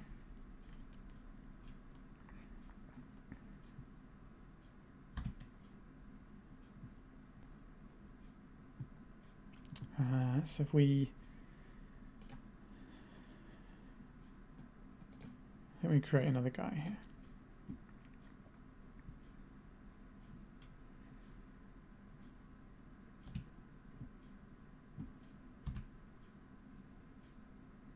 I think we get a grindstone here and we start threatening the other kills. So they're basically going to be getting it from both angles. I think we play this out. How much am I in the market to attack with my 4/4? I could have played this beforehand, couldn't I? If I just thought about what I was doing slightly more to pump this so I can attack with this. I think I'm not going to attack this turn. And I'm just going to play... I should have played this pre-combat so that I could get this guy in for 5. But I'm representing a lot of damage. Surgical Extraction on my Urza's Saga.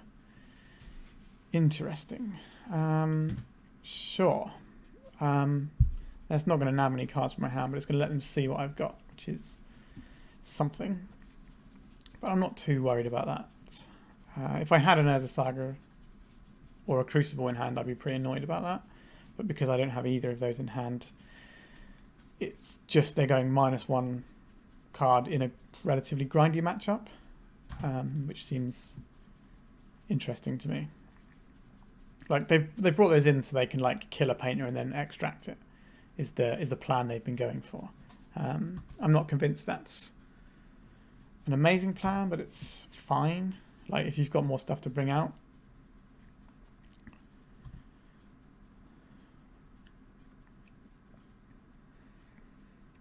But I'm basically just playing this game as a grindy thing. So I don't want to play out the painter until I have enough mana to play it out and activate it in the same turn, because this is a Supreme Verdict deck. Sure, they're going to exile that and give me a single life point. It's very courteous of them. Oh dear. Look, are they going to attack? They probably shouldn't attack. But if I play an artifact on my turn, they're going to be in for a little spot of bother.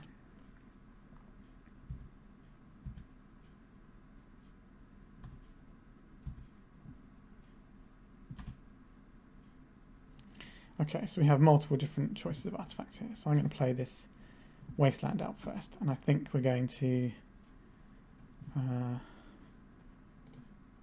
I quite like playing out the Anointed Peacekeeper here.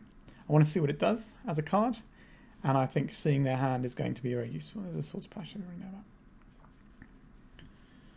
This is quite an interesting card. Okay, so what do we have here? Swords to Plowshares, Swords to Plowshares. So I can make them pay 4 mana for 3 mana for a Swords to Plowshares,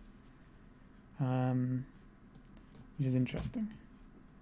So I think Swords to Plowshares. I think we just name that. And that's going to make all their cards a lot more expensive. And then we going to play out the Ether Vial, which is going to pump all my team. Sure, you can Brainstorm. So they're just going to get rid of these Swords of Plowshares in their hand and hope to draw something a bit more exciting.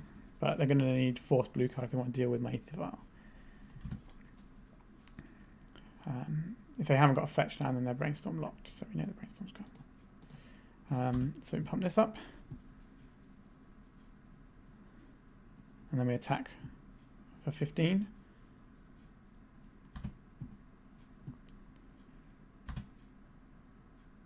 It's quite a lot. Attack them.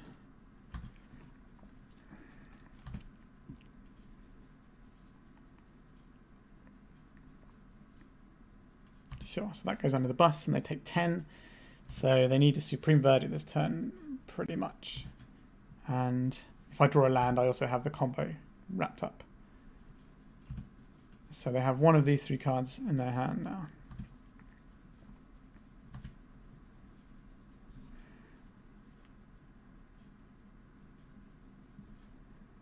Don't think...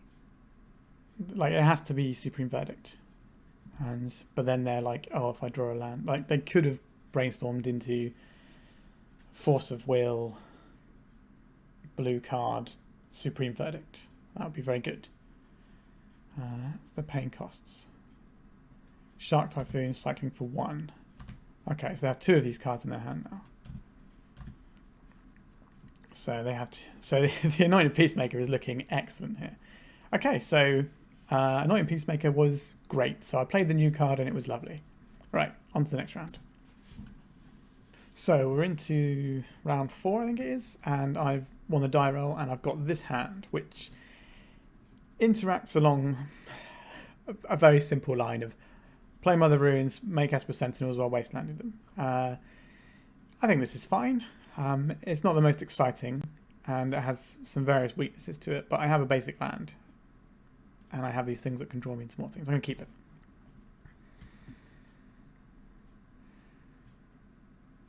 My opponent has mulliganed to 6 cards, which doesn't necessarily mean anything. If they mulligan to 5, then it means the chance of them being a combo deck is more likely. So I think we just play out the Mother of Runes because it makes all my follow-up plays better. And it demands a removal spell. Obviously, if they're an unfair deck, then they don't care about the Mother of Runes, and it would be better to play the Esper Sentinel. But I think you have to play to the hand you've got. This isn't what I want to see with my massive wasteland hat. This is also not what I want to see. This could be show and tell would be my immediate thoughts. Okay, so we're going to play this out. I think we have to play the 2-drop here rather than the Sentinel, which is going to give me options to maybe find something to deal with whatever they're doing. And it's the most mana efficient play. Just getting this guy online, as you saw in the previous game, just gives me so many options. Okay, so they're a Force of Will deck with Lotus Petal. So that makes me think Doomsday that just naturally drew an island.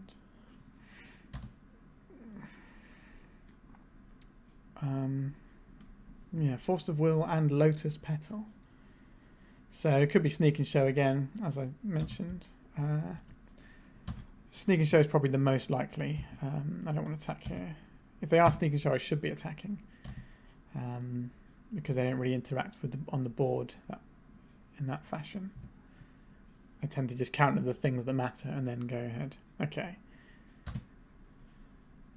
So they're digging a lot. They have basic mountain and basic island in the deck. The chance of them being Sneak and Show is quite high. They could be an Omni-Tail build, but they tend to have less desire for mountains as a general rule. Okay. Obviously they're fetching around my wasteland. Is what they're actually doing, but okay, so let's play out an Esper Sentinel. Let's play out an Esper Sentinel. I think we still don't attack with the Mother of Runes, just in case. I'm pretty sure it is a Sneak and Show deck. We're going to need more tools here. Expressive Iteration. Now, you don't see that in Sneak and Show decks every day. But they're letting me draw 2 cards off of their Expressive Iteration, so it's a symmetrical effect, I guess, right? Feels a lot less broken when it makes your opponent draw 2 cards. Obviously, what they're doing in their deck's probably going to be quite broken. So they obviously don't care about me drawing cards here, which is certainly one way of doing it, which is what the more broken decks are going to do. So the Sworn Canonist here is interesting, but I think we probably want to start off on the Ingenious Smith and then play the Canonist to pump it, just so we're getting more of a clock on the go here. This can also act as a bait spell potentially, because the Canonist is good against broken things as a general rule. Well, more so than just a 1/1 that grows. But this can find me something that might disrupt them, which is why they're thinking about it for so long. They only have 4 cards in hand though, so if they're pitching cards for this, they give me the impression they have Force of Will. I think we're probably on the Shadow Spear here, just as a racing tool. I think we play the Wasteland here. We'll see how many basics they have in their deck. So we get to pump this. We get to go to attacks, and attack for an almighty 2. But the clock's going to increase a little bit. Next turn, we're gonna start gaining life, which means we might be able to race some things, but most of the stuff that comes out of this deck is not raceable. But if they have a sneak attack and like Emrakul me, I've got 1, 2, 3, 4, 5, 6, 7, 8, 9, so I can sacrifice some permanents, but not that many, and still have enough to beat and hope that they don't draw something and like another threat, which is not great strategy. I'm pretty sure this is sneak attack. Okay, so they're playing the sneak attack. They're going to let me draw some cards. So weirdly, I want them to put. Okay, this is all right. I want them to put Emrakul into play and maybe deal. Oh, well, this is great for me. Well, potentially. How many cards have they got? Not that many cards. I think we maybe try the Shadow Spear as a bait spell.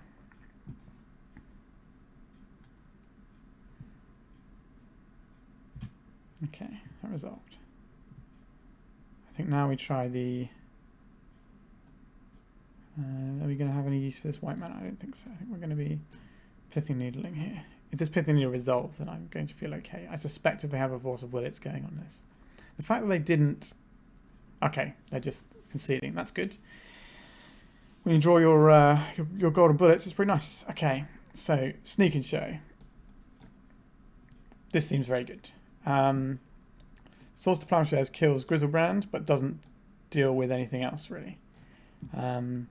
Anointed Peacekeeper here seems pretty good. It can slow down Sneak Attack or Grizzlebrand to make it cost mana to draw. This is an answer to Sneak Attack. This is an answer to Sneak Attack. This is an answer to Sneak Attack. Are they good answers to Sneak Attack is a better question. The Sneak Attack deck can run Blood Moon, which is another reason to bring in the Seed of Cleansing. The Crucible of Wells doesn't do anything here. Neither does the... the Soul Guide Lantern here is a problem because they have Emrakul the Eon's Torn, which you may have noticed kind of gets around the old Painter's Servant combo. So this is an interesting one. I don't think I want to be boarding out 7 cards and just going purely on the fair plan here. 1, 2, 3, 4, 5. So if I was trying to board in just to the fair plan, I don't think I can realistically do that. I guess I could keep this in. No, I'm not convinced I want to be boarding out my combo entirely, but I do think I want to be shaving copies of it. The portable holes here seem very bad. So I think we can probably just go with this. So we've still got the ability to combo and we can fetch it. But we're going to have to use the Soul Guide Lantern to destroy their graveyard. I don't think I want to bring in something like this, which is bad. Because I'm mostly going to try and be on the fair plan with a little bit of insurance against what they're doing. I think this is the right selection. I don't think trying to recur... I don't think this is the matchup to try and recur things with Crucible. I could be wrong, and maybe I should be shaving another Grindstone in order for the Crucible, just so I can recur Wastelands. It's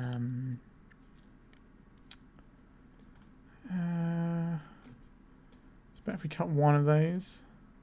So we have a lot more tutors for this. But we kind of need to use our tutors for the Soul Guide Lantern if that's the route we're going.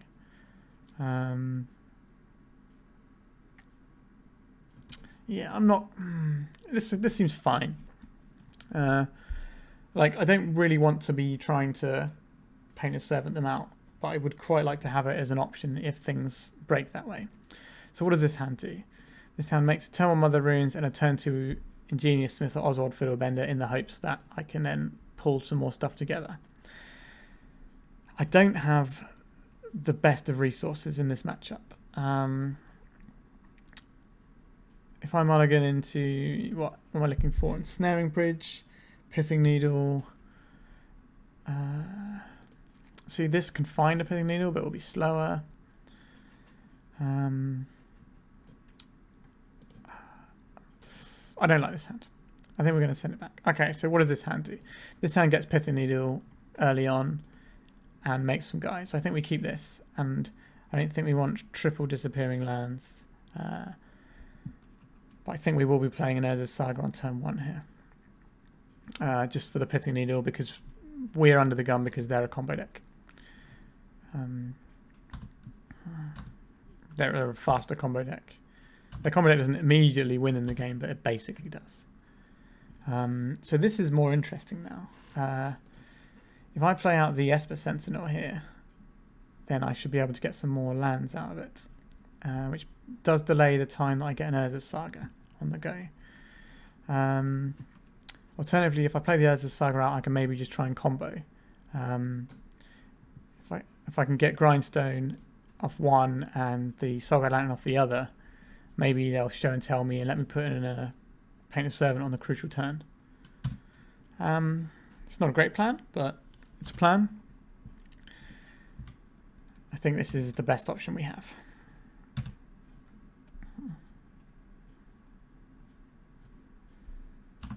We can't really do anything here on this turn. So just pass through it. they're on a setup turn, which is nice. Obviously, they could still have two lowest powers and just get me that way. But I think they're just doing a perfect brainstorm instead. They'll probably follow up with a ponder.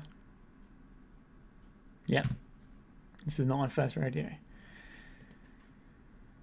So if I play the Urza's Saga next, is that a good idea? Gets me the other half of it. It gets me the, well, it's a 3-card combo basically is what my deck's turned into if I want that. So yeah, that's fine. So do I... So I can try and play this Painted Servant out to see if I can force a... to force a will out of the hand, which would also change the dynamic of the rest of my turns. This disappearing land problem is awkward though. So I have this. Next turn it goes and gets me a grindstone, but and gets me 1 mana, 2 mana, 3 mana. So this will give me the win next turn if I play. Well, it'll give me the ability to grind through their deck and shuffle it all back in again. And then the following turn, I'll have 1, 2, 3 mana. Yes, and then I can do that. Okay, so I have to do this, I think. This gives me the best shot of winning the game, I think. So we name... they could have something weird. I think we name green here. Let's paint it green. I don't think it matters. So that just straight up resolve, which is interesting. 1, 2, 3. 1, 2, 3. Okay. So if they show and tell this turn, and I draw a Soul Guide Lantern, then I can win the game next turn. But if they show and tell in Grizzlebrand, then I just lose the game. So, because that's too many cards for me to deal with.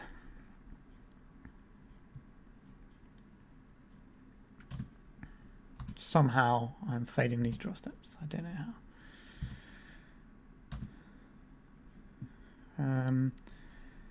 So am I actually going to be playing? I guess we. So we add this. Oh, this looks weird, doesn't it? I'm going to get the grindstone. So they could be on a meltdown plan here, which is a real thing we have to pay attention. So I could, if I wasteland them here, that doesn't actually achieve what I need to. So I need to play this, and then I need to play the Esper Sentinel, I think. Although I kind of don't want to draw my... I don't really want to draw my Soul Guide Lantern. I need this to find it. Just kind of what I play this out as protection. Although I have a feeling there might be a meltdown in my future, which means we're going to have to pivot pretty hard. So I think we're just going to play out the Mother of Runes here. The other option was Activate and Saga. But I think this is the better play here. I might as well take my single damage.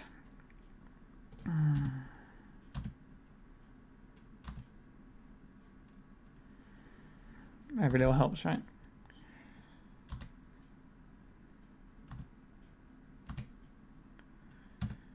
Okay, so next turn I have 3 mana and a Soul Guide Lantern. So I have the win next turn with a Mother of Runes. So they can sneak attack me this turn, which is pretty bad. Sure. So if I got Pithing Needle off that for sneak attack, fine. So what we got? An Emrakul, big squilly diddly. Archon of Cruelty. That's fine. Oh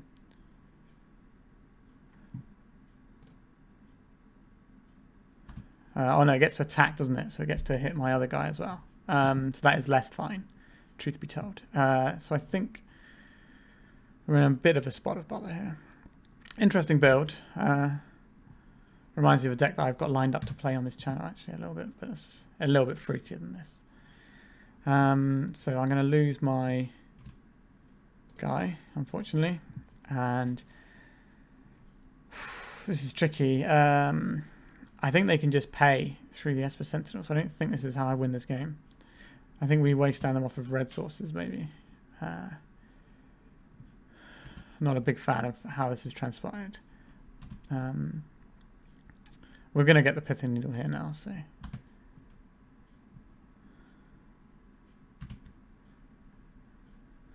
you see what we draw, I guess. Seal of Cleansing is interesting. Kind of makes me wonder if I'm going to find the Pithing Needle or not here.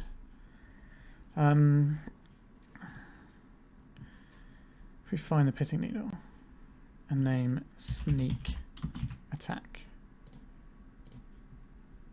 then I think we're playing this and just deploying a Seal of Cleansing. This just gives me, if my Pithing Needle gets blown up, I can do this. I don't think they're an Omni-Tail build, but if they were, it would give me the option to hit the Omniscience, if that's the thing that happens. So I've kind of got the Sneak Attack double covered. So now I'm sort of living in fear of I'm living in fear of the... Oh, I didn't need to tap both my lands there, did I? I'm living in fear of the Show and Tell, which is quite a thing to be fearful of. I can't really... Like, Wasteland doesn't stop them, doesn't take them off Show and Tell. Wasteland couldn't take them off Sneak Attack, so I had to go this line, I think. So if I'd have got Pithing Needle off my first thing and named Sneak Attack, I probably would have been in slightly better shape here. But my opponent's drawn a land, which is nice for me. It means they're representing Hardcast Force of Will, which is less than good for me, but they're taking a bit of damage off their H2. Meltdown X equals 2. We have to blow this up in response. Unfortunately, away goes my board. They're just going to go straight into the Show and Tell here. I think the writing's probably on the wall if they do. Okay. I think it's got another Sneak Attack. Oh, they got the Show and Tell. May as well put in my land. Pretty sure I'm dead. Oh, just a Fury. Go on, make it target itself. No, okay, sure. This guy doesn't feel great against the old Fury, truth be told. Didn't know they're a Fury, so they feel like they're quite a different sort of build I wasn't expecting. The Swords to Plowshares might actually be alright here. So we might be going into just boarding out the whole combo altogether, because the combo was a bit of a trap in that particular game, I think. I think we just take the 6 here, and then hope that the Esper Sentinel can block next turn or draw a card.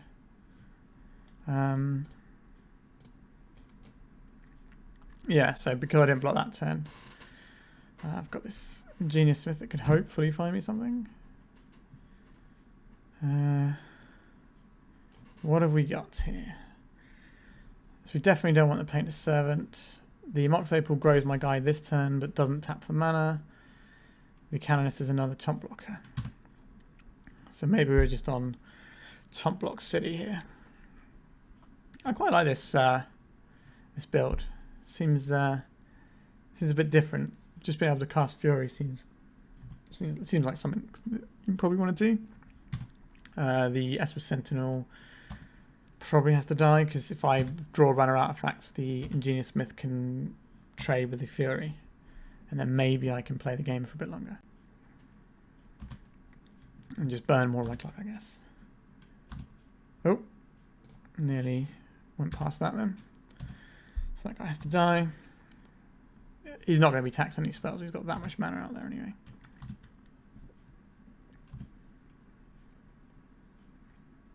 So what we got here? Another Show and Tell.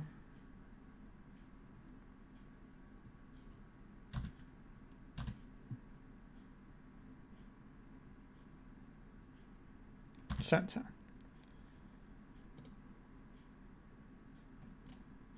Yeah, that'll do me. Okay, so they've given me more reasons to want the Swords to Plowshares in here, I think. So maybe we are just going to strip out all of the unfair stuff, or all of the combo, and just go in on grinding them away with like little lads. Trying to go the ingenious smith, because I don't think trying to assemble all these stupid little combo pieces is going to help a great deal in the face of meltdown and stuff. So I think this is probably where I want to be. Just disrupt them. Obviously the ensnaring bridge is an interesting problem here for me, trying to get under it myself. But I guess if I'm in a position where that's the case, I just don't play the ensnaring bridge. We'll see. We'll see what happens here. This is not keeper. This is fine. So we have an engine here, which is nice. I'm not actually sure how good the Mother of Runes has been in this. They haven't really had a lot of removal. They have the Fury, which is the one thing to look out for. But I think having this in the early turns and then being able to Crucible of Worlds and draw everything I want is probably better. So I'm going to keep this hand, bottoming the Mother. So I can start off with... the problem with this is that it buys into meltdowns. So I'm going to start with the Ganje and play this. I don't just want an early meltdown to wreck me. I want this to be the third land out of my hand if possible. I don't think the one life off Horizon Canopy next turn is going to be that important. But we'll see what transpires. I also want to keep this in case I draw an Ingenious Smith. So I want to be able to have the maximum amount of pumps available to me. Well, this has changed things slightly again. I think we just play out the Horizon Canopy and then we go to attacks.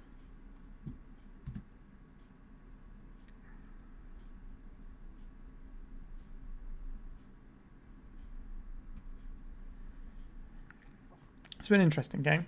I definitely took some lines that were a bit different.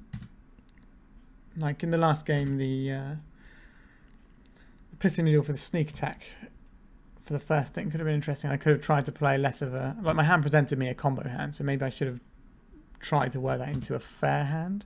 But I'm not entirely convinced. I had the tools to play a fair game very well. I don't think he's going to pay because he wants to have a perfect brainstorm. So them having more cards is better than me having my Esper Sentinel here, I think. I think I'm more inclined to play the Ensnaring Bridge next turn, perhaps. That'll force a meltdown for 3, and then I can Crucible into Esper Sentinel if they have a meltdown. There. Okay, so we just cantripping away like a good blue player should. Certainly playing at a swifter pace than me, but I think 12 minutes is going to be enough for me to win this game or lose this game. It's not looking super amazing for me from this position, I don't think. I don't have some of my stronger tools like Pithing Needle and things like that. But again, they have Meltdown, which is definitely a strike against a deck like this because I don't get to play the answers like the Pyroblast. I think Red Painter is more, especially online, is definitely favoured over this build. This is an interesting choice. If I play this out, it's probably going to make them consider meltdowning me. I think I'm just going to play out a Sentinel here and then force them to give me more cards.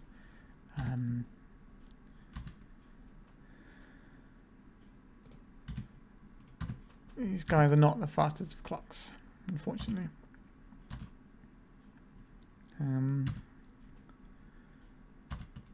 But we've got the Swords of Plowshares, and then if they do melt down, I can play this Ancient Den into Crucible of Worlds and then rebuy the land that they lost me. So it's not the end of the world.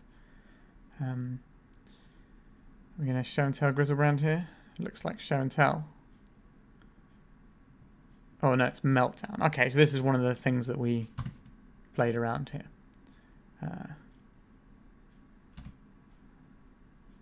I say played around, but it's one of the things that we expected could happen. Sure.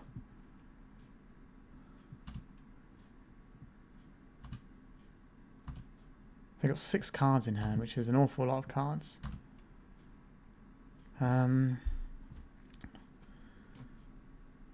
So we could play the Crucible to make sure we can get back our lands if there's more meltdown action, or we can play the Ensnaring Bridge to try and dodge the sneak attack. I think we're probably in Ensnaring Bridge time, I think. Like, yes, it could be better if I let them show and tell first. But if they're on the sneak attack plan, which their deck seems more built around because they've got the Archons of Cruelty, so they're sort of using that as a you lose 4 permanents, potentially I gain 2 cards. Or, you know, they lose 4 cards, you gain 2 cards. You know, it's a fine thing for this. Sure, so I have a choice. So I can either put in my Fiddlebender or I can put in my Crucible. So the Fiddlebender will get me... I think I just get in the Crucible because it's the more expensive play here. So this guy can't attack, but they can use it to find things.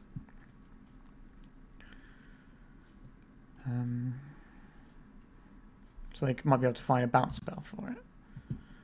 They're almost certainly running Brazen Borrower.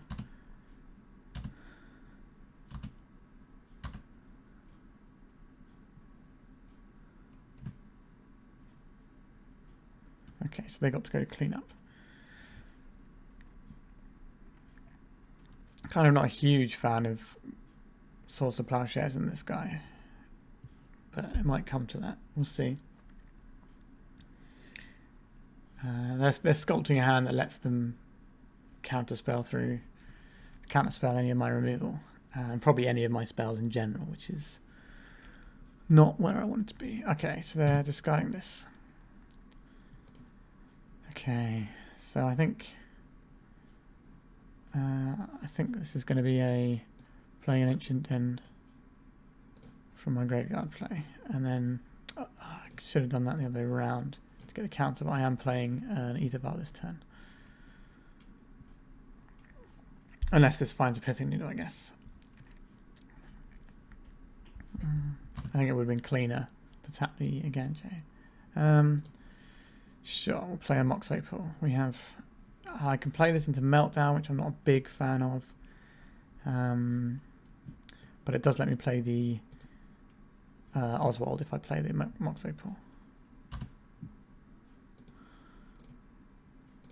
So we go white and 1. We can play this guy. We don't have a combo to find, unfortunately, but we can find... What can we find at this point? We just got some pretty medium men. So we don't really want to Swords to Plowshares this. Unless we have to. Like if we can draw a Caracas, then that would be great. We got another Show and Tell. We got Sneak Attack. A Meltdown for 3. This is the time we do this. They probably have the counterspell. I would be very surprised if they didn't have a counterspell here, since they drew a lot of cards. And they can just draw more cards if they want to.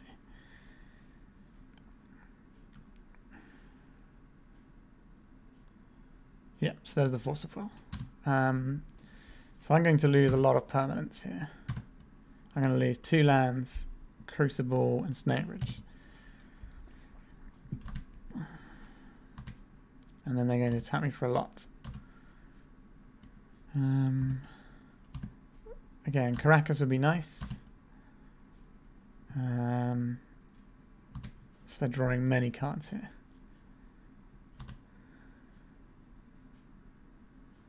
A Fury evoked. That's pretty good.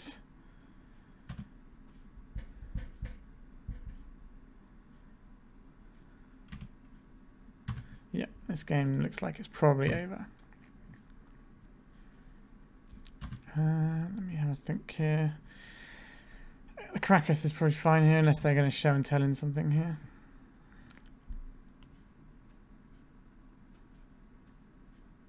They might as well. They've got all the Magus of the Moon. So that shuts off my Caracas line. So I'm 99% sure I'm dead here. I don't think I have anything that can stop this. Might as well take a draw. Nope.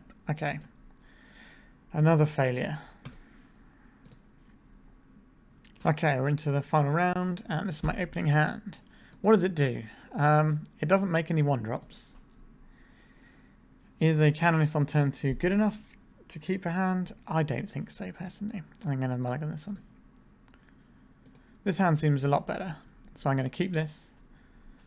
We have to decide what we bottom. I think I should probably be bottoming the Soul Guide Lantern here. Which means if I do this, there's definitely going to be a Reanimator deck. If I bottom this, there's definitely going to be a control deck. So I don't think I can win either way. So I'm going to bottom the Soul Guide Lantern. We're going to keep this.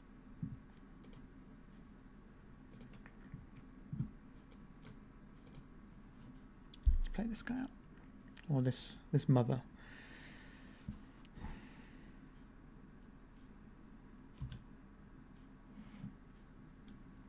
Okay, so we got a 2 for 1 out of it. And the exile card was an Expressive Direction. So this could be Jeskai or it could be Delver. Those are the 2 most likely options.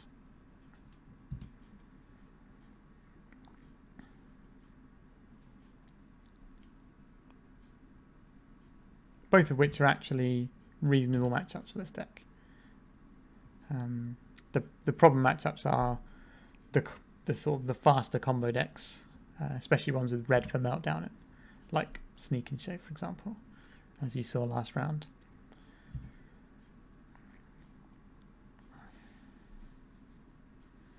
Okay, so a Ponder.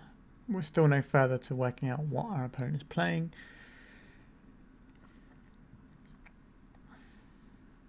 Could be Grixis. I don't see a lot of Grixis. Grixis is the worst control matchup for this deck, I think, because of Hidetsugu consumes all is very good. Okay, so I think we're just going to play our basics. So I think we're going to play the Sentinel around days here. And then next turn play the Canonist around days.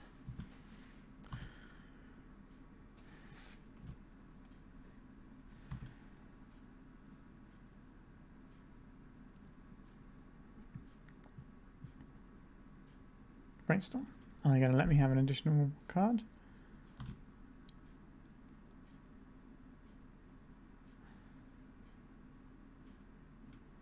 Sure. Certainly slowing down their advance quite a bit here, which makes me think it's more likely to be Jeskai, whereas a Delver deck might take the single card just to get a threat on the board. So I'm leaning more towards a Jeskai control. Again, it could still be Grixis.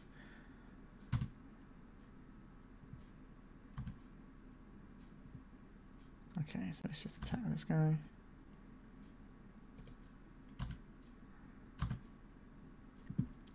So then I think we want to play out the Ezra Saga and start this train rolling. So we could play out the Fiddlebender here and start preparing for the combo, but I think we can... is that what I want to do actually? If we play out Fiddlebender here,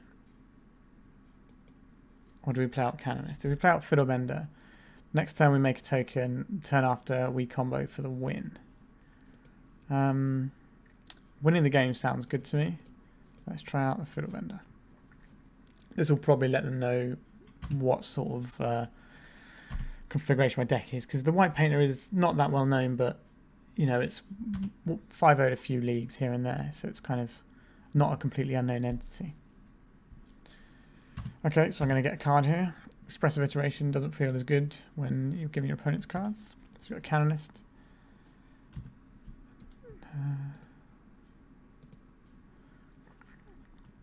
So we'll see what they get off of this. So they're going to waste now my Ezra Saga, so that makes the plan less good. So this could still be Delver. If it is Delver, it's a very weird. It could be the slower Ledger Shredder type Delver. Interesting.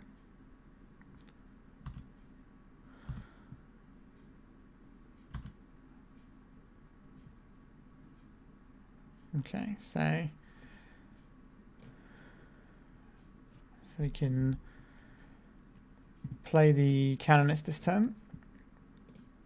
And then next turn we can go and get Crucible and start and get our Urza Saga back. Which would be quite a nice play if we get the opportunity to do it.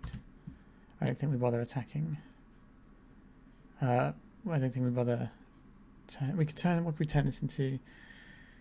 We could turn this into a painter, but I don't have another artifact. We could turn this into. No, I think we're just best off attacking with both guys here, rather than trying to fiddle bend this turn. And then we can turn the Canonist into. Yeah, so next time we can play a replacement Canonist, get a Crucible, play the Urza Saga.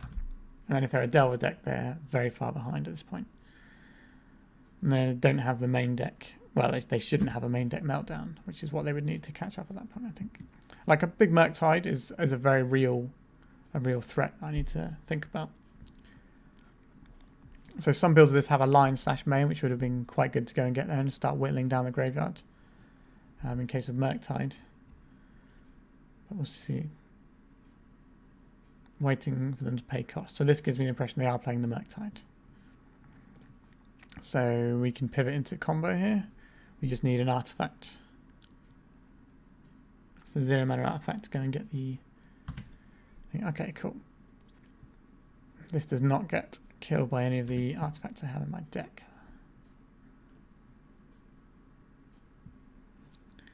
Okay, so I think we play out the Mox Opal. Seems like a nice free one. This finds us the other half of the combo.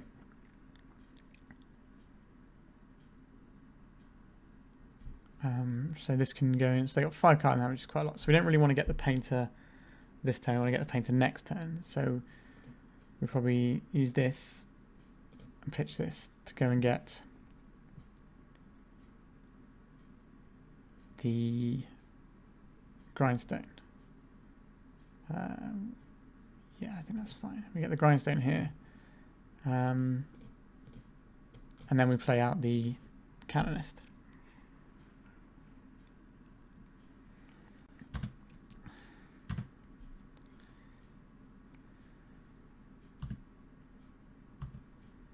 So we're going to take a hit for 7 this turn. But then we can crack back for 5 and keep the combo up. And then crack for 7 and 7. So the clocks are very similar here. But I can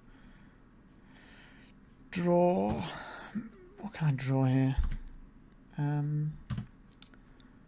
If we just want to combo off, really, is what we're looking to do here.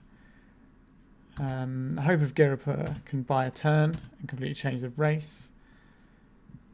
Okay, so this is their one spell at the turn, is the Brainstorm.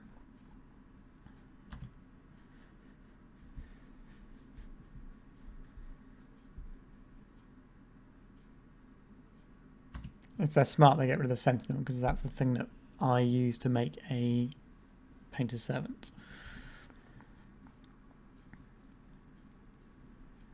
But they have to do that on my turn now because they've brainstormed on their turn. They haven't cast a single lightning bolt, so the chance of them having one is certainly there. But then I'm just not going to grind into an open lightning bolt. Okay, so they're doing their perfect brainstorm. You can't cast any more spells. So I can basically lock them so they can't cast any spells without giving me a grindstone. But obviously they've got a superior clock, so that's going to be interesting. Put this out. Tap this. I think we do this now. Interesting choice here. Brazen Borrower on the Grindstone. Yeah, Brazen Borer on the Grindstone. That's pretty good.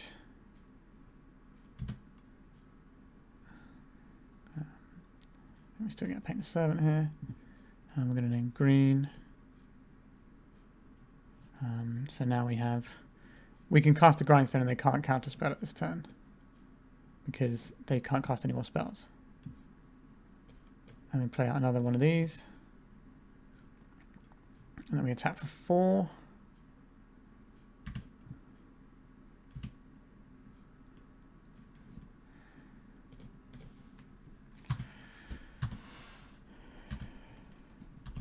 They attack for 7.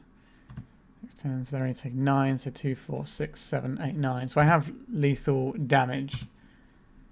And a combo kill next turn. And they can only cast 1 spell a turn. Obviously, if they have a lightning bolt, that scuppers both while I have this mana down. I only have 4 cards in hand. I say only 4 cards in hand. Certainly more cards than I had in hand. Mystic Sanctuary. And put back a Brainstorm. Interesting. So they're pumping their Murktide Regent to 8.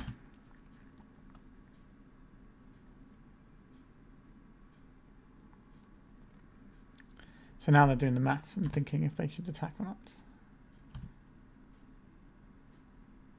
Okay, they're going for the attack, which means they probably have a spell to cast. If I untap, then I win the game, I think. If I untap with all my creatures intact. And all my permanents intact.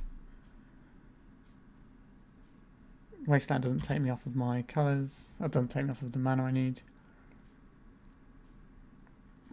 They can only cast 1 spell. I have lethal damage. If they play a creature here, that's actually really good for them, I think. If they play a creature that can block.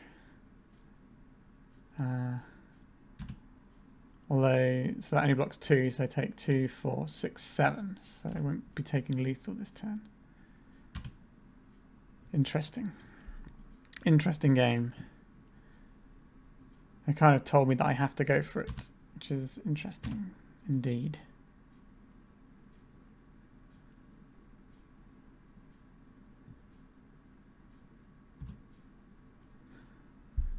What I like to draw here.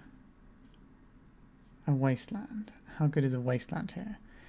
A Wasteland is very good because most of these decks don't run double Brazen Borrower. So I'm going to Wasteland your Volcanic Island. And then go to attacks. I assume you're going to float red mana. If you spend your red mana, you will lose the game. If you don't spend your red mana, you will lose the game. I think I should be fine here.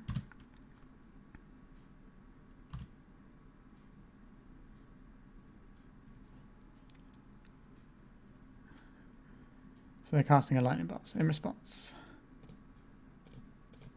I will grind you away. And you cannot cast another spell. This is why I run 4 Aethys One Canonist main deck, because Delver struggles with them a lot. So post-board, we're looking at things like Meltdown to be an issue.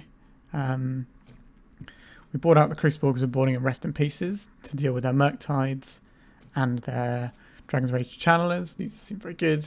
The Deafening Silences are fine, but I don't think they're worth playing in this particular configuration. So we need to find 6 more cuts. The Pithing Needle on Wasteland can be good, but I don't think we're both Wasteland decks. So I don't think we really want to go down that route. So we get rid of that one. Sometimes you have to race with a Shadow Spear. The Hope of Garipa buys you an extra turn. The Portable Holes are decent, although they do get hit by the the Meltdown. Painted Servant isn't a very strong card on its own, so you need cards that actually do stuff, because we're going to be trying to win fairly against them if at all possible. So we're probably trimming on the combo pieces. We can go down a Grindstone there. I think once Shadow Spear for races. I'm not sure I already said that. Ether Vials feel like must counter things for them, but if they have Meltdowns, then they're just kind of a dead card, which I don't like, so I'm going to trim an Ether Vial. I definitely do not want to draw 2 Ether Vials. And then I think we're probably looking at cutting another Grindstone and just tutoring it with Urza's Saga. We've got 4 Urza's Saga and the Grindstone and 3 Oswalds. So I'm mostly playing a fair game here. So I think this is fine. There's an argument for the Mox Opal becoming the Ether Vial. Maybe that's better. Maybe that's a bit cleaner. I could also board in these in case they have Energy Flux, which isn't completely unheard of, and it also does deal with their big threats, but then so does this and this, so I think this is fine. If we see Energy Flux, in game 2 we'll reconfigure. But what do we got here? So Soulguide Lantern's nice, these are nice. Into this, I think this is a fine hand. This is the fair hand that dodges Meltdown that I wanted. Oh, Meltdown, why do you exist? I think it's healthy that it exists, but oh boy, does it stop doing some of the fun things. If I didn't print Kappa Cannoneer, maybe we wouldn't need Meltdowns everywhere. And then maybe this would be a slightly, like, you know, this deck is 5 ends of League and, you know, it's done well. And I've played it in paper for a bit and I've been relatively happy with it. But it does sometimes feel like the odds are stacked against you. I think this is probably slightly worse online than in paper just because the sheer amount of combo decks online versus in paper usually. Okay, so I suspect they will bolt or daze my first play, but they didn't play a threat, so that's very good for me. I don't know why they're keeping these threatless hands. Surely you just want to make a turn 1 threat.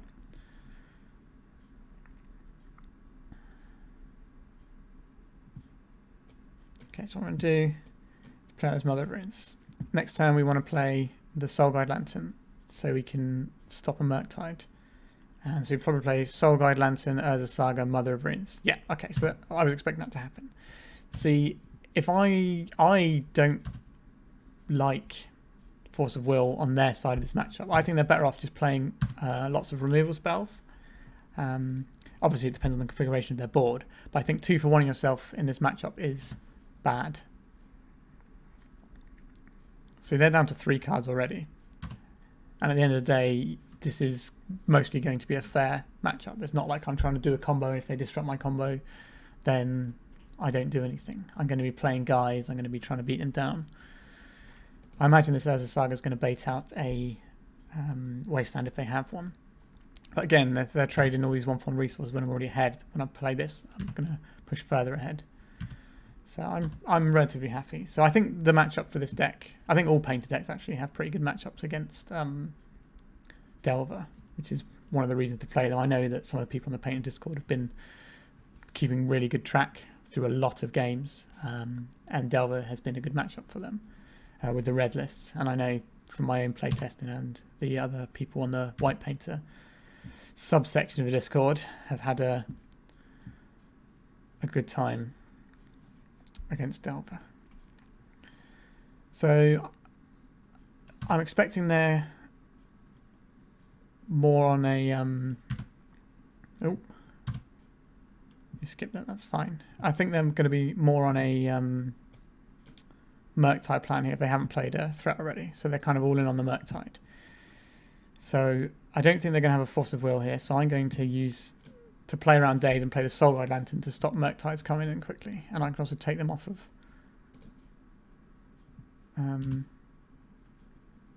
please tap my trigger abilities. I would like to remove this because this is the hardest one for them to find for the purpose of Delirium.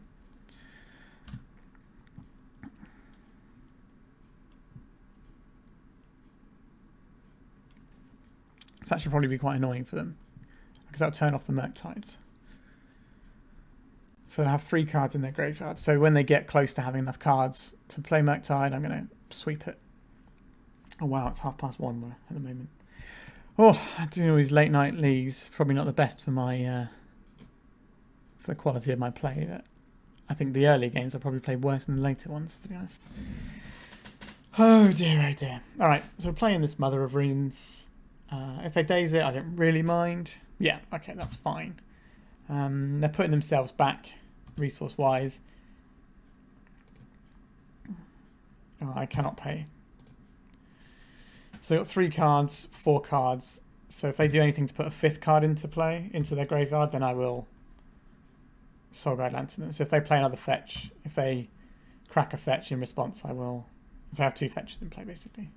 Okay, so they don't have 2 fetches in play, so they can't Murktide this turn. So the choice here is to make this guy or just to Urza Saga. I'm going to Urza Saga. I suspect they kept his hand based on the strength of Meltdown, though.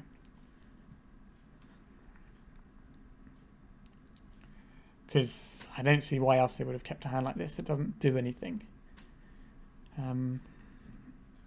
Like they should be playing Dragon's Rage Channeler as much as possible, because that card is pretty obscene, if I'm being honest. The amount of cards you get to see in a game with a Dragon's Rage Channeler is no laughing matter. So the plan here is we're just going to up this and we're going to get a Shadow Spear and just sort of beat them down. So if they play another fetch, once they crack a fetch, I will activate my Soul Guide Lantern. Okay, so they got the Wasteland. Okay. We will create a guy. Probably not going to be a very big guy, since I might have to crack my Soul Guide in a second. I do have the Swords to Plowshares, but I think keeping their graveyard in check is fine here. Obviously, as soon as I crack this, I'm going to draw Rest in Peace for my next turn, because that's how Magic the Gathering works. But if they crack this fetch, then I crack the Soul Guide Lantern in response. Exile each opponent's graveyard. I can't let them cast Murktide. So we'll see if they play anything here. If they don't play anything here, it means that they definitely have a Murktide in hand. Okay. Red, red. Meltdown. Rough. Deal 2 damage to each creature without flying. Sure. It's one. So I 2 for 1 them with my Urza Saga. Obviously, the Soul Guide Lantern didn't necessarily do anything on its own, but that's fine. Okay, so we have the Fiddlebender, so we have the ability to combo potentially. I'm going to play out this Ingenious Smith. So there's an option that I could have not played the thing, so I was playing around. I was basically just playing around days. I was keeping this up. So 2 for 1 in themselves, so all their permanents are gone. So they got 2 lands and nothing else, and I've got 2 cards in hand. I don't really feel like playing this out because they're a Meltdown deck. I'd rather just sit back and wait. So if they play any threat, I can answer it. If it's a Delver, I'm quite tempted just to let it go, because the Delver is quite a slow clock, and I'd rather keep this back for something scary like a Dragon's Rage Channeler, because Dragon's Rage Channeler lets them see more cards and just completely turns the game around for them. But we'll see if they're going to play any spells. I'm not convinced of the hand they kept. Like I used to play a lot of Rug Delver back in the day. Okay, and like you would quite aggressively mulligan to business, but they haven't. They've tried to sort of play a weird control route. So they could be like the bigger Delver that's just like Dragon's Rage, Ledger Shredder, and Murktide. But even so, they kept a hand without any threats. Oh, they had a Murktide that they pitched to a Force of Will, but that was it. I don't think you can rely on just a Murktide for that. Like they had a Rough and Tumble, which isn't really a lot of removal at the end of the day. I'm not convinced they should have kept their hand. But again, I don't know the exact configuration. They might have thought that the Brainstorm was going to get them there and didn't really go anywhere, which is sometimes the price you pay for playing Brainstorms. You haven't played Legacy until you Brainstorm locked yourself. Okay, so what do we have here? We have the combo if I draw a land. So play the Ether Vial. So if we tinker this away this turn, so we can put them to dead. I don't mind that. Let's tinker this away.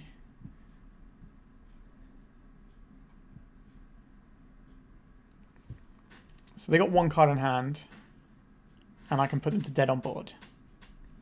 I think that's fine to do. So they got one draw step. They didn't kill my Oswald, so it makes me think they don't have a lightning bolt in hand, because I don't know why you would allow that guy to live. Especially as I cast an Ether Vial. That's my name green. And then we're just going to... So this does play into Meltdown, which is the one issue. I think I have to just play... because they did go Hellbent, so it's not like they kept the Meltdown from their opening hand, and that's why they kept it. They did go Hellbent. So I'm basically saying, is the top card of your library and the card in your hand good enough to beat this? If it is, then we carry on, and I have 2 Swords to Plowshares. So I'm certainly ahead in this game, but Delver has the best ability to turn games around because it just has the best selection of any deck in the format, which is why it's so good. Okay, so they didn't have it. So we finished with a... what record did we end up with there? Return to details. So was that 2-3? So not a great record. But if we look at our losses, they were all 1-2, so they weren't a million miles away. One of them was to the turn 1 Doomsday hand on the play. So I'm not really sure what I'm supposed to do about that one, to be perfectly honest with you. So if we just go back and look at the deck, how did I feel it performed today?